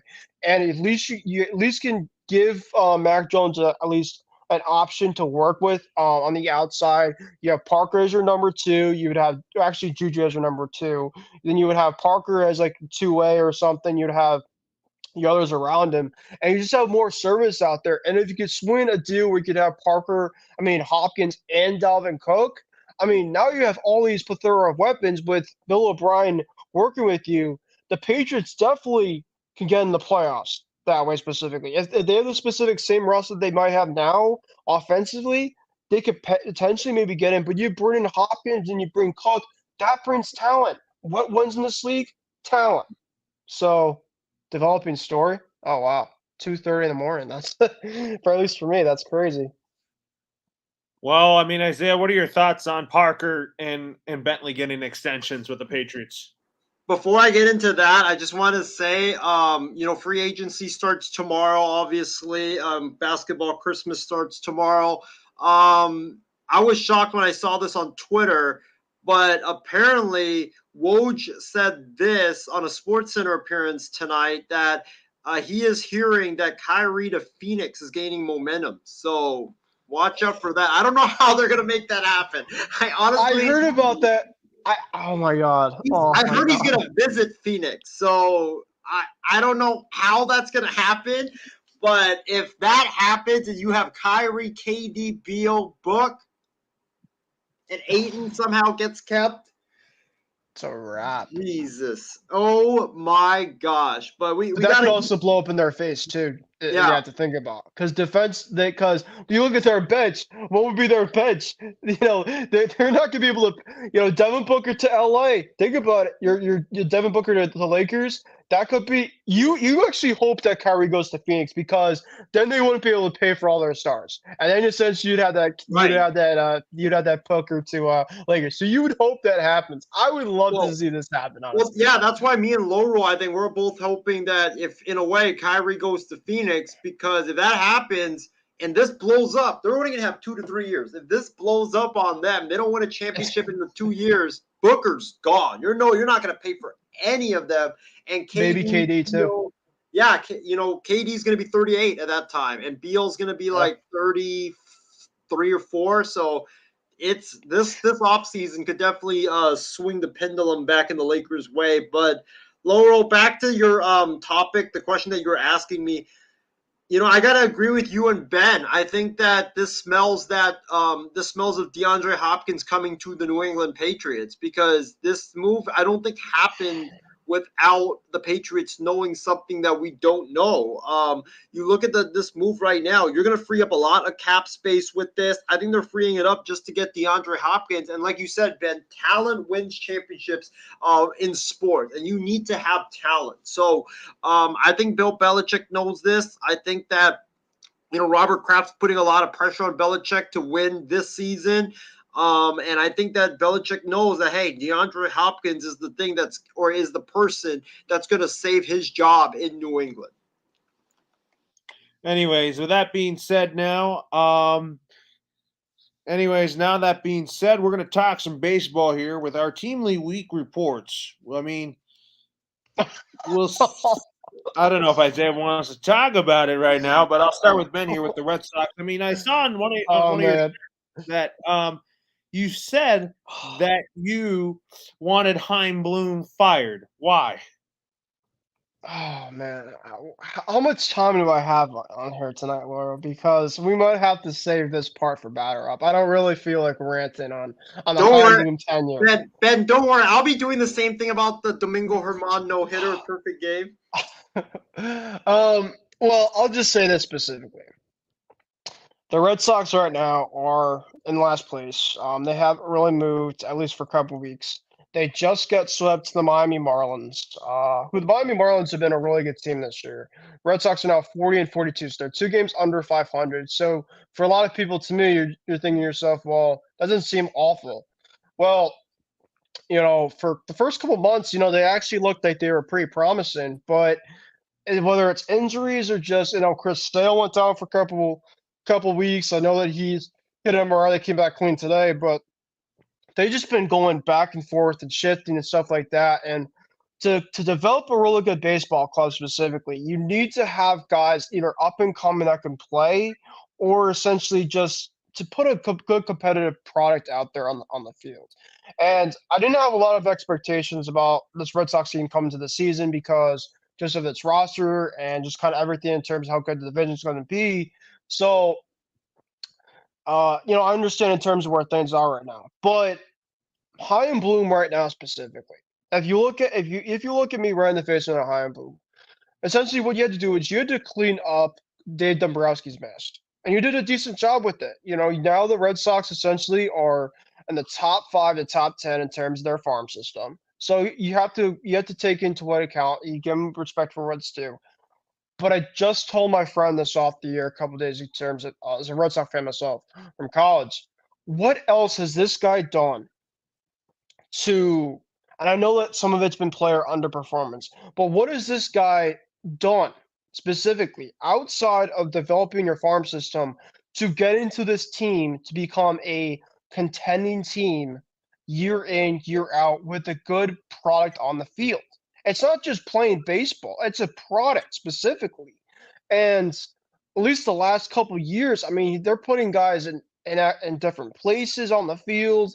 Cora's trying to mix things up left and right. It just feels like specifically that with Chaim Bloom in the 4 to 5 years specifically, that he's putting guys in different spots. And I understand that he likes to have versatile guys specifically, but it comes to a specific time where you have to get some talent. You're gonna have to be able to. You're the Red Sox. You're a big time overall market club, and I know that you want to act like the Tampa Bay Rays. And now we can see where the Tampa Bay Rays are now.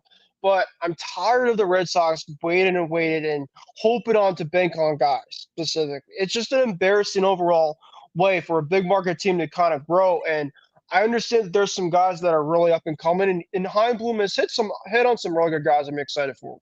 I mean, I'm obviously not putting all the blame on him right now. I mean, I think some of it's on the players. I understand that here and there, but the 4 to 5 years that he has been in tenure since I believe 2020, he's been either in 4th place or in last place. And the 2021 team that the Red Sox went to the ALCS with, I feel like that at this point now, you're looking back on it, it was a good team, but it was an outlier, right? Because essentially, if the other teams that were kind of in his tenure were, playoff teams, he'd show it. And essentially, whether he's moved on some guys like Jackie Bradley Jr., was it a Hunter Renfroe trade after Renfroe was a great pickup that he had, or obviously, the Mookie Betts was a big one specifically that he had to make. It was a tough one. Obviously, Verdugo probably was a decent piece, but unless you make a swing of a trade with pitching and stuff like that, you're just in, bullpen games. It's just a colossal mess at the end of the day.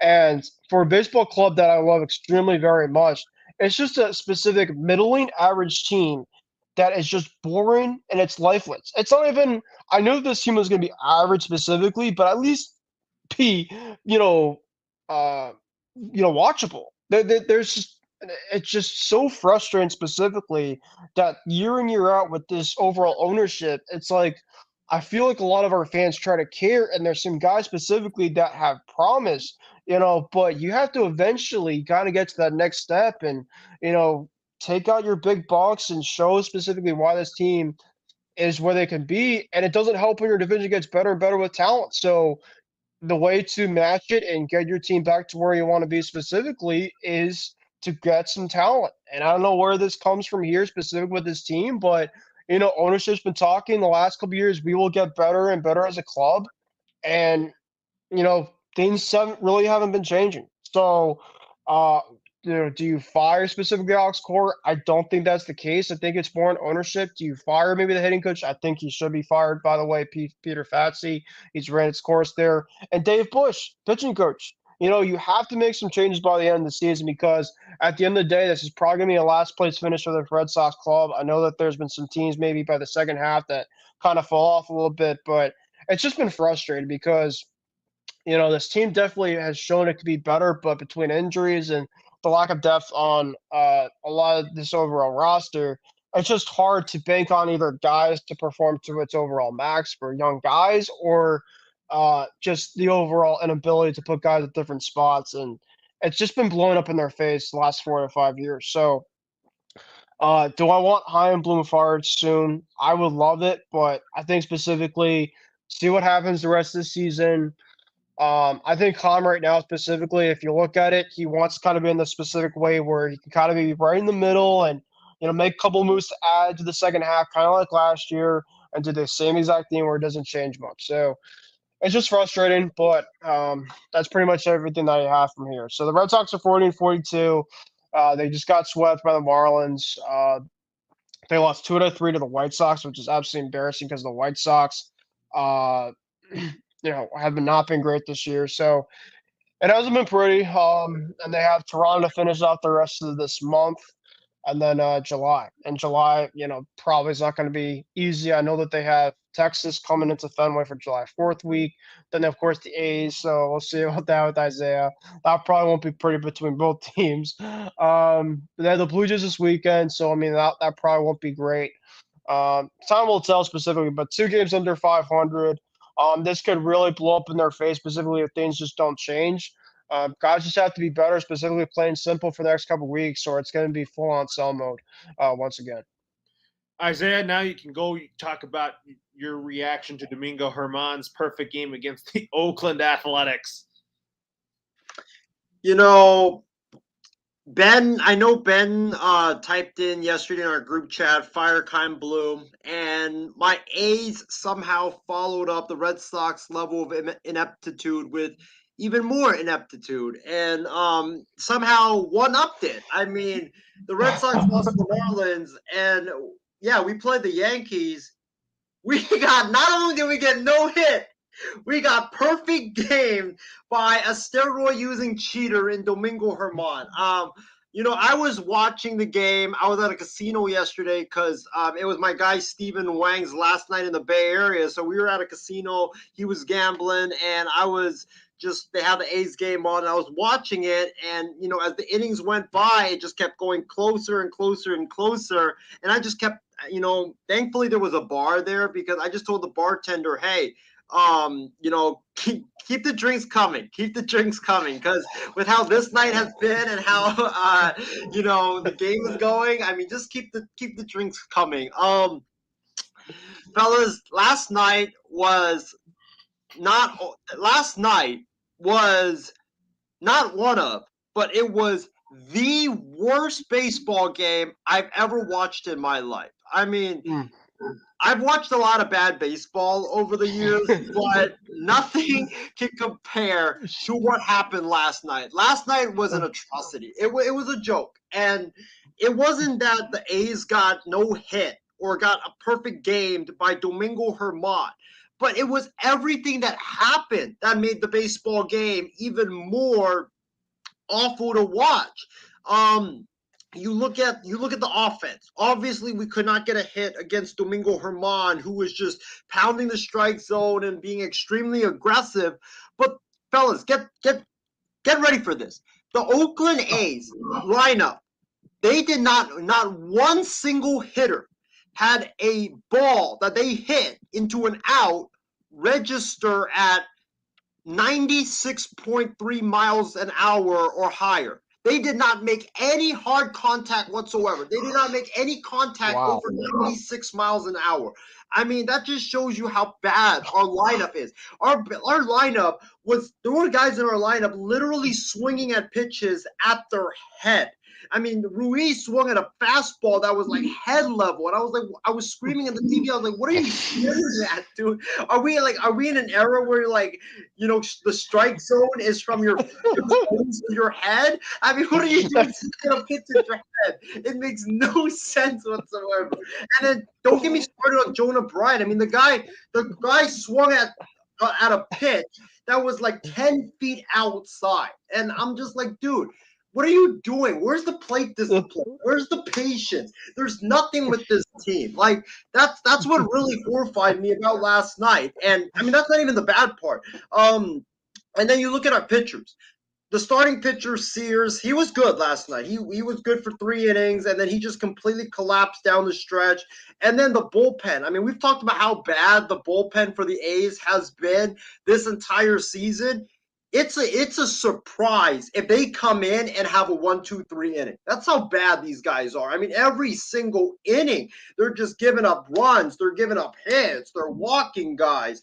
And if they're not walking guys, they're all just landing wrong on the mound and twisting an ankle or something like that. I mean, you had a guy on the mound yesterday for the A's literally land wrong and he tripped and he twisted his ankle and he had to leave the game. I mean, that's how bad things were going for the A's, and it was just the bad lineup, the bad pitching. And here's what made it even worse, Ben and Loro. It was the terrible fundamentals that I saw yesterday that the A's displayed on defense. I mean, Anthony Volpe, credit to him, he's been red hot for the New York Yankees. But Anthony Volpe hit a line drive into right field. Seth Brown and Esteury Ruiz are coming in for it. They both have an angle to get it, and both of them are literally like this. They're both like standing there like, I got it. And they both don't get it. It drops right in the middle of them, smack dab on the field for a base hit, and Volpe ends up with a double just because they don't know how to communicate and they don't know how to call whenever one of the guys, sure enough, has it. I mean, that's what was really frustrating. Ruiz, you're the center fielder. You're supposed to be the guy that takes charge of the defense. But instead, you and Seth Brown are like, oh, I got it. And none of you guys end up getting it. And then the other play was at third base. Ground ball to third. Jonah Bride picks it up. He sees a runner barreling in towards second base. The runner is probably going to make it there easily without you even throwing it, but instead he takes a chance, throws it to the second baseman, and he airmails it into right field, and it ends up getting 2 runs in for the Yankees. I mean, why are you even throwing it to the second baseman anyways? You're down 9-0 at that point. It's not like if you give up that run, that run is going to count as 5 or 6 runs. It just makes no sense. And then, it was that. And then today, I mean, Ruiz makes a leaping catch over the fence. And I don't know, Ben, Laurel, you guys saw that, but he makes a leaping catch out the wall to save a home run. He did. He caught it, but he dropped his glove over the fence for a home run. I mean, how on earth are all these like bloopers even possible? How on earth are all these bad defensive plays even possible? It just makes no sense whatsoever. That's why yesterday was honestly the worst game I've ever witnessed in my life, because you had guys swinging at pitches at their head. You had guys swinging at pitches 10 feet off the plate. You had outfielders literally calling for the ball, and then it just drops smack dab in the middle. And then you have the A's just get no hit and make Domingo Germán, who, let's face it, he's a good pitcher, but he's not a great pitcher. We had Domingo Germán out there looking like the second coming of Pedro Martinez and Roger Clemens. Like, that's how bad the A's lineup was. So for you to not even register a single ball hit 97 miles per hour or higher, I mean, that's a disgrace. The whole lineup was a disgrace yesterday, and it just sucked that I had to watch the entire 2 hour, 30 minutes of the game. Like that, I mean, it was just terrible to watch. And it sucks that the A's long, 5,000 game streak of not being no hit or perfect game ended last night. But I watched a lot of bad baseball this season. But that yesterday, guys, was the worst game I've ever watched just because of everything that happened. And I mean, it was just disgusting and just flat out atrocious to watch. And I'm telling you guys, I think the A's hitting coach honestly needs to be fired, because what are you even teaching these guys? That the strike zone is from the toe to your head, or the fact that the strike zone is expanded 10 feet off the plate? It makes no sense. And the pitchers can't pitch, the hitters can't hit. We're not playing defense. You honestly could put the A's single A club on this baseball field, and they would probably look better than the A's. I mean, that's how bad these Oakland A's are right now. I'm going to ask you, do you think Marcotte gets fired at the end of the season? I think he does because I think it's like a Raiders Gruden move where, and I tweeted this out today, that don't be surprised if Kotsay gets fired because the A's know they have 1 or 2 seasons left in Oakland. They need to sell tickets. They're going to go out there to get that big name manager that's kind of washed up that nobody's going to want to get. And I think they're going to try to get a Girardi or try to get a Madden or try to get some big name that can sell some tickets. Maybe And Buck Showalter if he got fired by the Mets. Oh, That feels like an A's type of move too. Buck Showalter.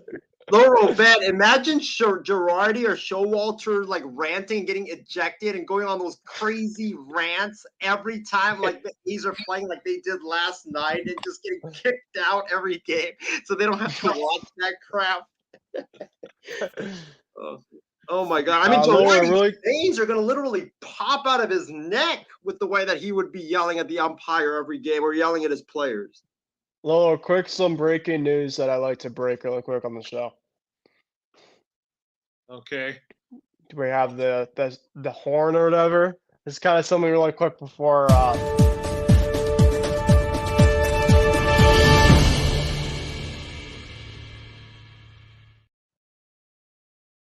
All right, so this is something in for NBA free agency ahead of according to 2 things actually, specific reports from Legion Hoops specifically. According to the Athletics and Sam Amwick, James Harden is optimistic he will be traded to the Los Angeles Clippers. That's essentially the latest report as of right now.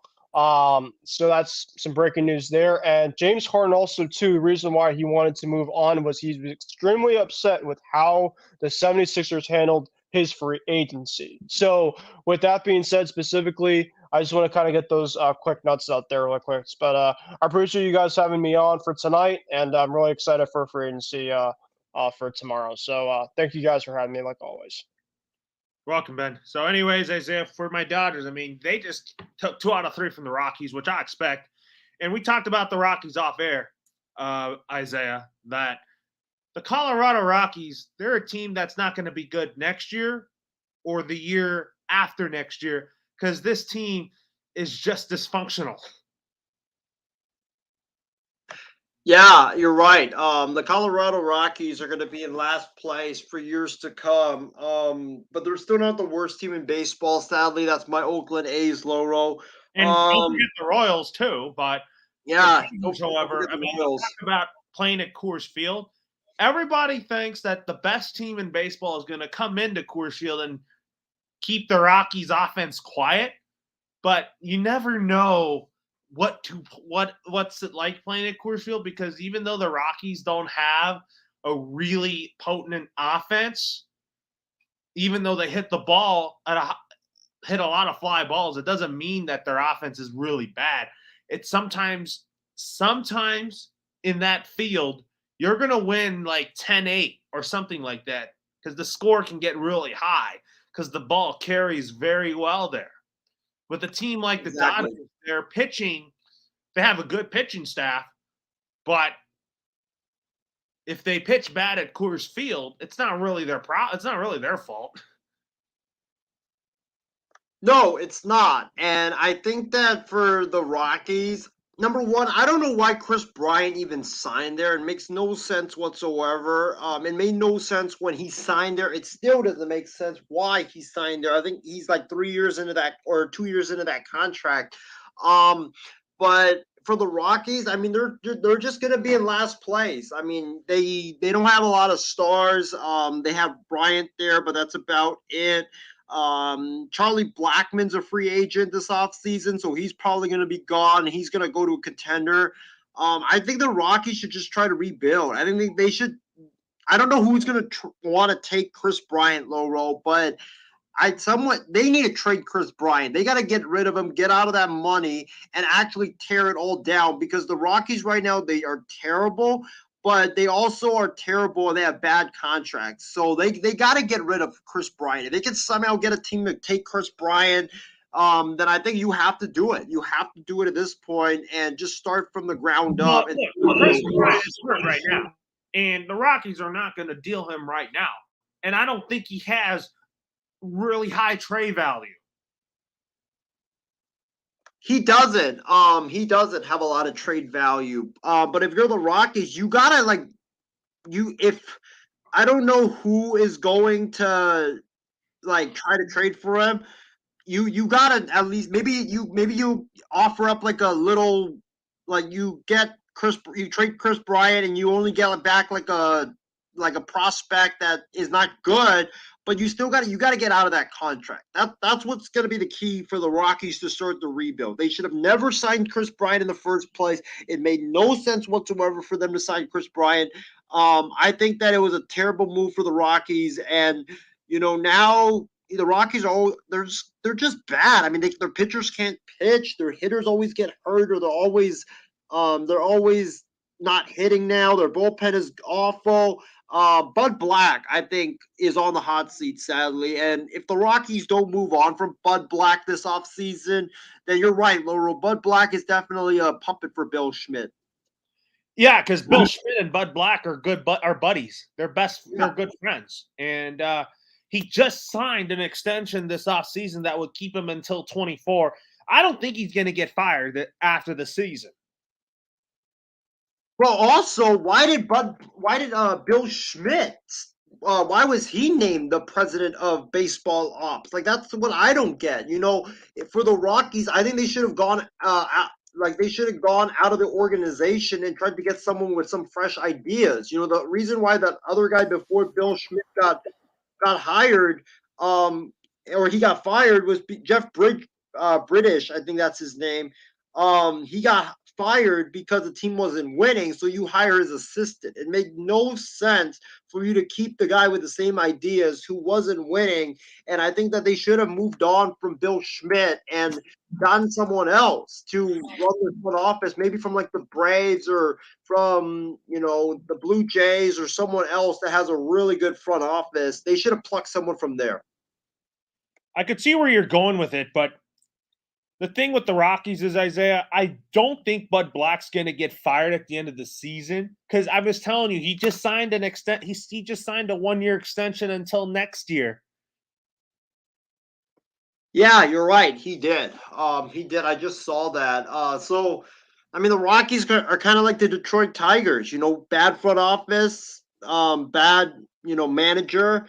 The Tigers last year finally realized their mistake and fired Al Avila. He never should have been hired in the first place.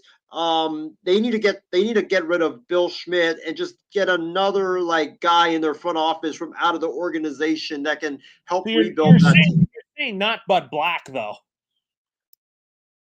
I think you got to keep Bud Black for one more season because the Rockies are cheap. They're not gonna pay a manager to not be a part of that organization and continue paying him. Yeah, and then Bill Schmidt, their GM, you think he's on the hot seat? The Rockies. Oh, he has to be. He has to be because I don't think he should have gotten hired to begin with. I thought they should have hired because he has a history with Bud Black. He does. I know he does, but I think that I don't think the guy's 63 years of age. I don't think he's going to be there long term. I just think, with Bill Schmidt, they should have gone out of the organization and gotten someone else. Look who's available still, John Daniels. John Daniels would be perfect. Or David Stearns. David Stearns, yeah. I think David Stearns is headed for the Mets, to be honest. No, I'm talking about executives that could help turn around the Rockies, but not in 1 year. Yeah, I mean, John Daniels knows how to rebuild organizations. I mean, John Daniels did it with Texas, and he could be a fit for the Rockies, but the Rockies won't even hire those type of people. No, they won't. Speaking of John Daniels, I know Ben is watching right now. Shout out to you, Ben. But he said, he says CJ Cron, you're a Red Sox. But, John Daniels, I think, would be perfect for Boston as well. I think that he would be perfect for the Red Sox if they move on from Chaim Bloom. Yeah, you're absolutely right. But when you talk about players like Blackmon and Cron, I could agree with you about if the Rockies don't want to retain Charlie Blackmon next year because they have a left-handed bat that they're very excited about. but they have Nolan Jones too that could play some right field too, and CJ Crone, who I think is good, but I feel like the Rockies should definitely try to move on from both Blackmon and Crone. That way they can get the team even younger. Yeah, I agree. They need to get younger. They're not going anywhere anytime soon.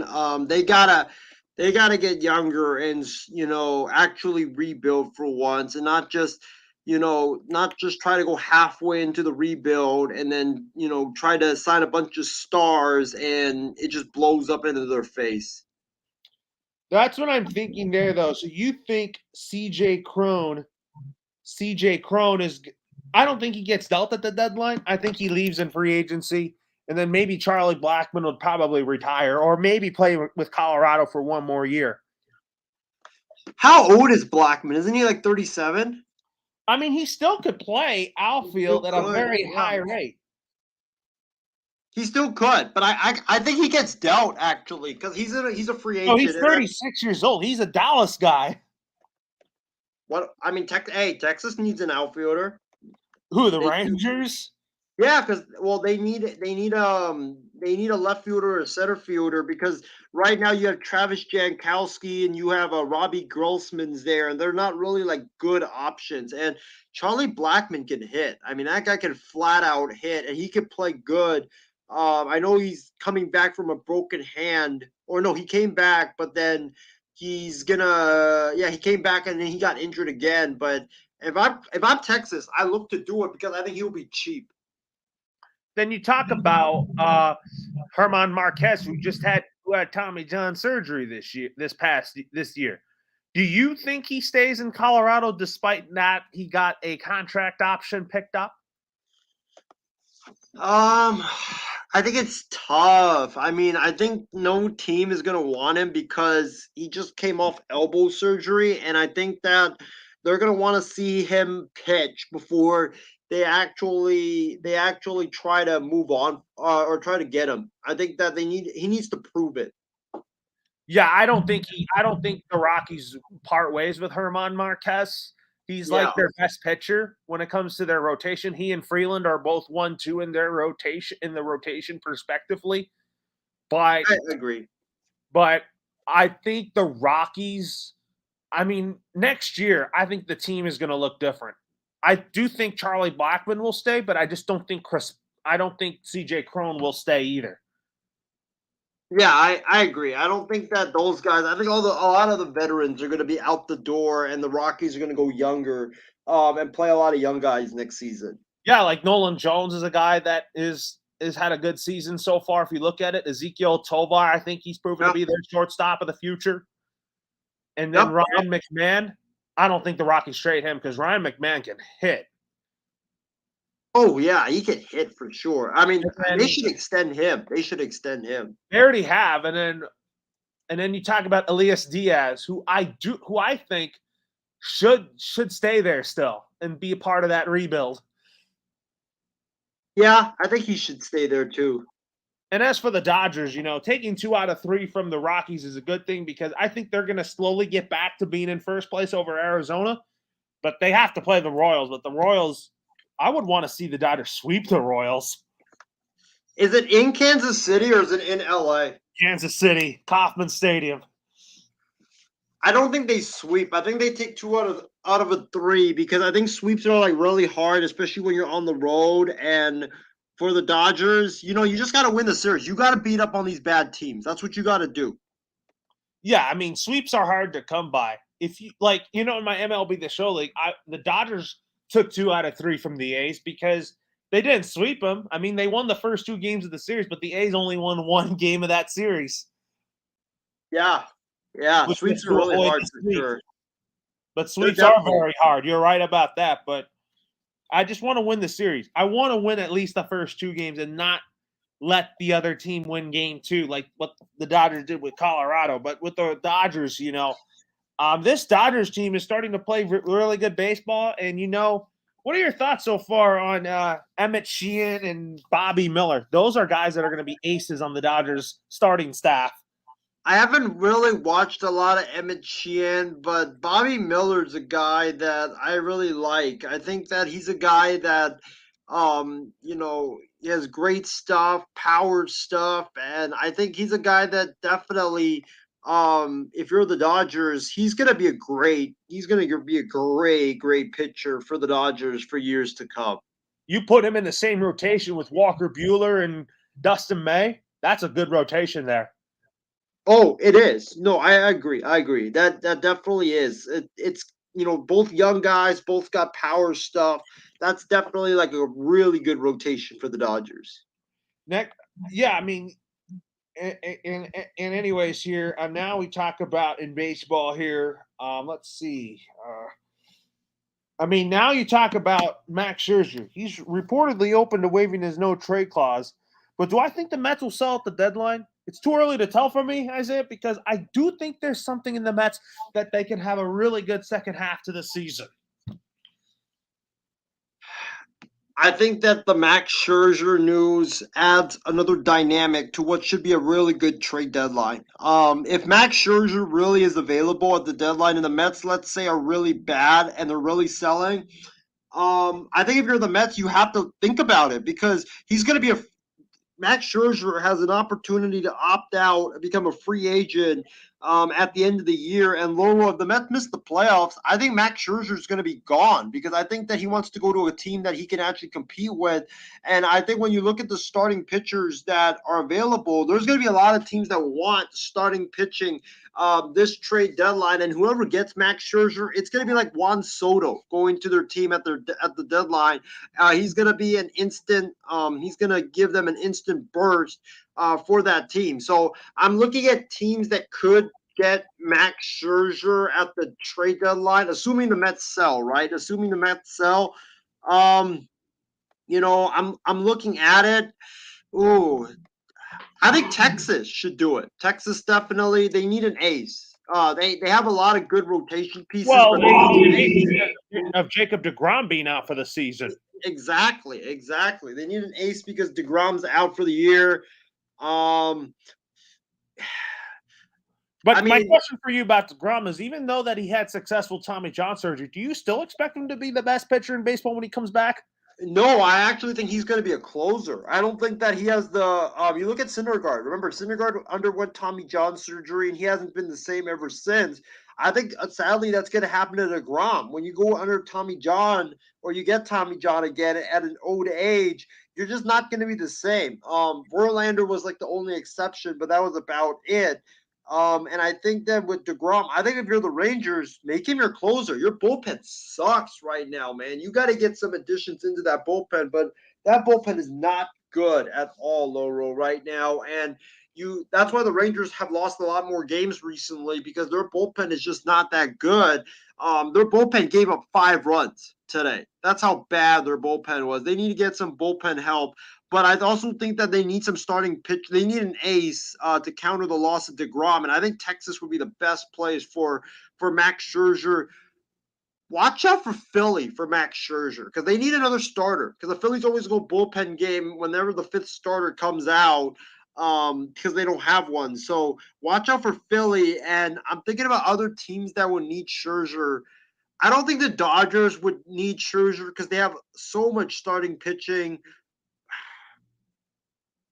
How about Max Scherzer to Houston, Laurel? How about that? I could see it.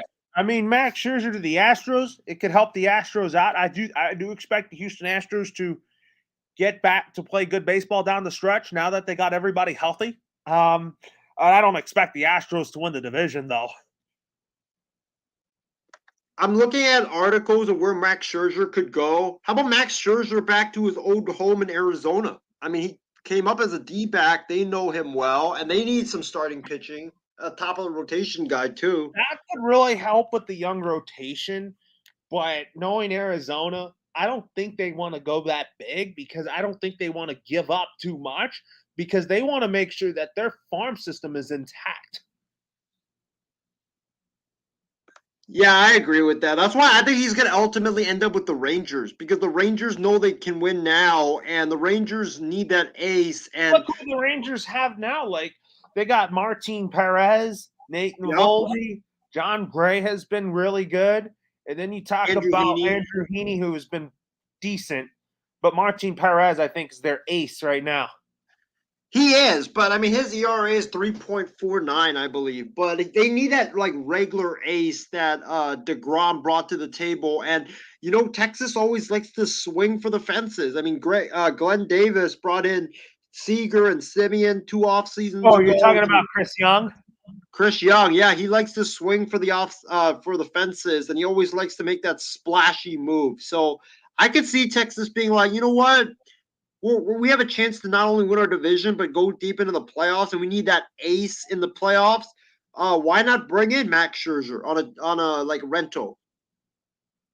That could potentially happen. I could definitely see that, but I do think, however, Houston would be a good fit. But I still think the Astros are going to make the playoffs, but I don't expect the Angels to, even though that they're going to be right in the race towards the struck. But I just think they're going to ultimately fall off short.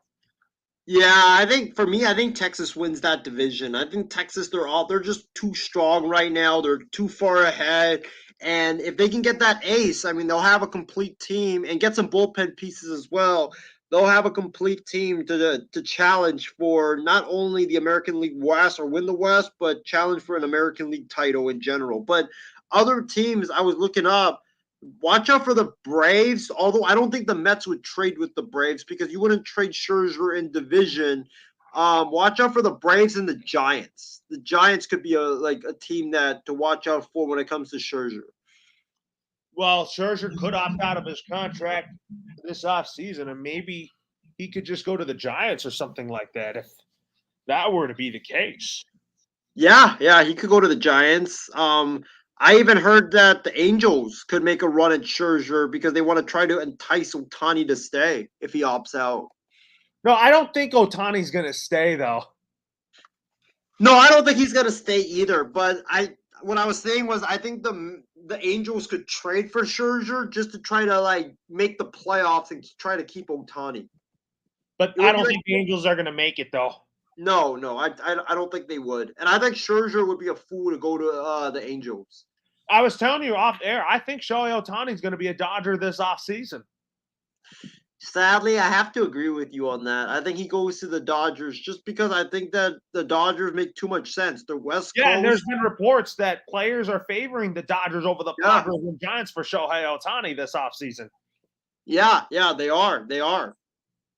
When I saw a poll on that, I do expect Shohei to remain a Dodger, but would you picture a Dodger lineup next season with Shohei and JD Martinez? But Martinez would have to play left field. Oh gosh. That don't even get oh my gosh. That'd be a really scary and crazy offense for sure. And that pitching staff would be crazy too. Or if the Dodgers don't keep JD Martinez, what about Teoscar Hernandez in left field? Because he's a free agent. I don't think he'll stay in Seattle though. No, I don't think he's gonna stay in Seattle. I mean that Teoscar Hernandez can hit. I mean that guy can flat out hit. Man, that's the hitter I'm looking for the Dodgers this offseason because JD Martinez is on a 1-year deal. I don't know if we should keep him to play left field or we actually not only we sign Ohtani, we get a left fielder that could actually hit that is right-handed and that could hit both types of pitching. What if you brought in Scherzer back? Would you be willing to bring Scherzer back? No. No, like I think the Dodgers should look at Teoscar Hernandez in the offseason, but they also should look at Hunter Renfroe, who's a free agent, not the Raiders' Hunter Renfroe. I would like Hunter Renfroe. I've always liked Hunter Renfroe's game, and I would like to see him be a Dodger too with Shohei because, look, what he brings, he has a great arm in the outfield. He can play left field. He can nail runners out with his outfield assists and also a good bat in the lineup too. Right. I think you're right. I think he'd be a good fit for sure.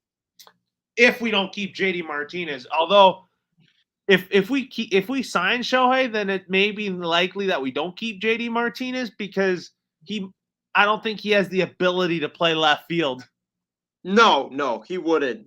He's like Kyle Schwarber. He would be like Kyle Schwarber in left field.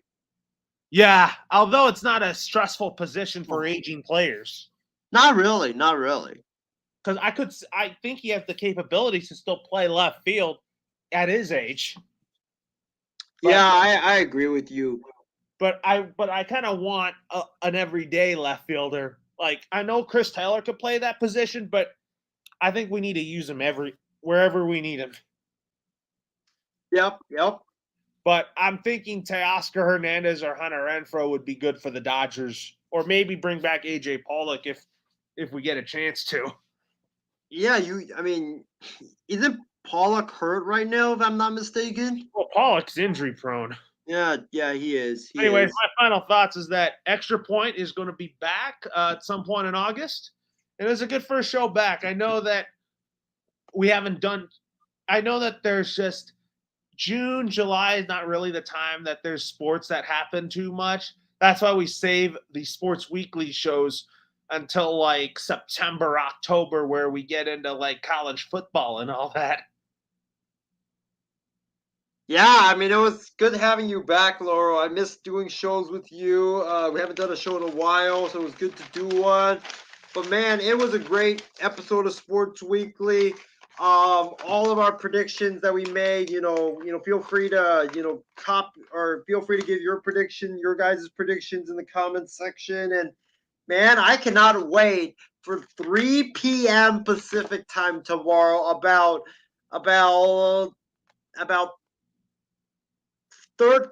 15 hours from now for NBA free agency, Laurel. I cannot wait to see what the Lakers bring in. I cannot wait to talk about it on our next show, maybe kicking it with Cruz on our next show. But I cannot wait to see what kind of presents the Lakers give us, and hope that we get some good players to improve this roster so we can win a championship next season. But happy basketball Christmas, my friend. It is basketball Christmas indeed. For Isaiah Laurel signing off for now. We'll leave you with that. So go ahead and play the intro, outro. But I said, if you gave me Mahomes, if you gave me Lamar Jackson with his great legs and Mahomes' great arm, or you give me Baker Mayfield, who would I want? I would want Baker Mayfield, and the reason why is because Baker Mayfield. I really think that now this is the worst case scenario for the San Francisco 49ers, is that they're going to have to cut ties with Jimmy Garoppolo if I were them. What? Oh my God! Whoa, man! In any event, Kyle Gibson is definitely my NL Cy Young Award winner. Rock on, Giddy. And even no way! Oh my God!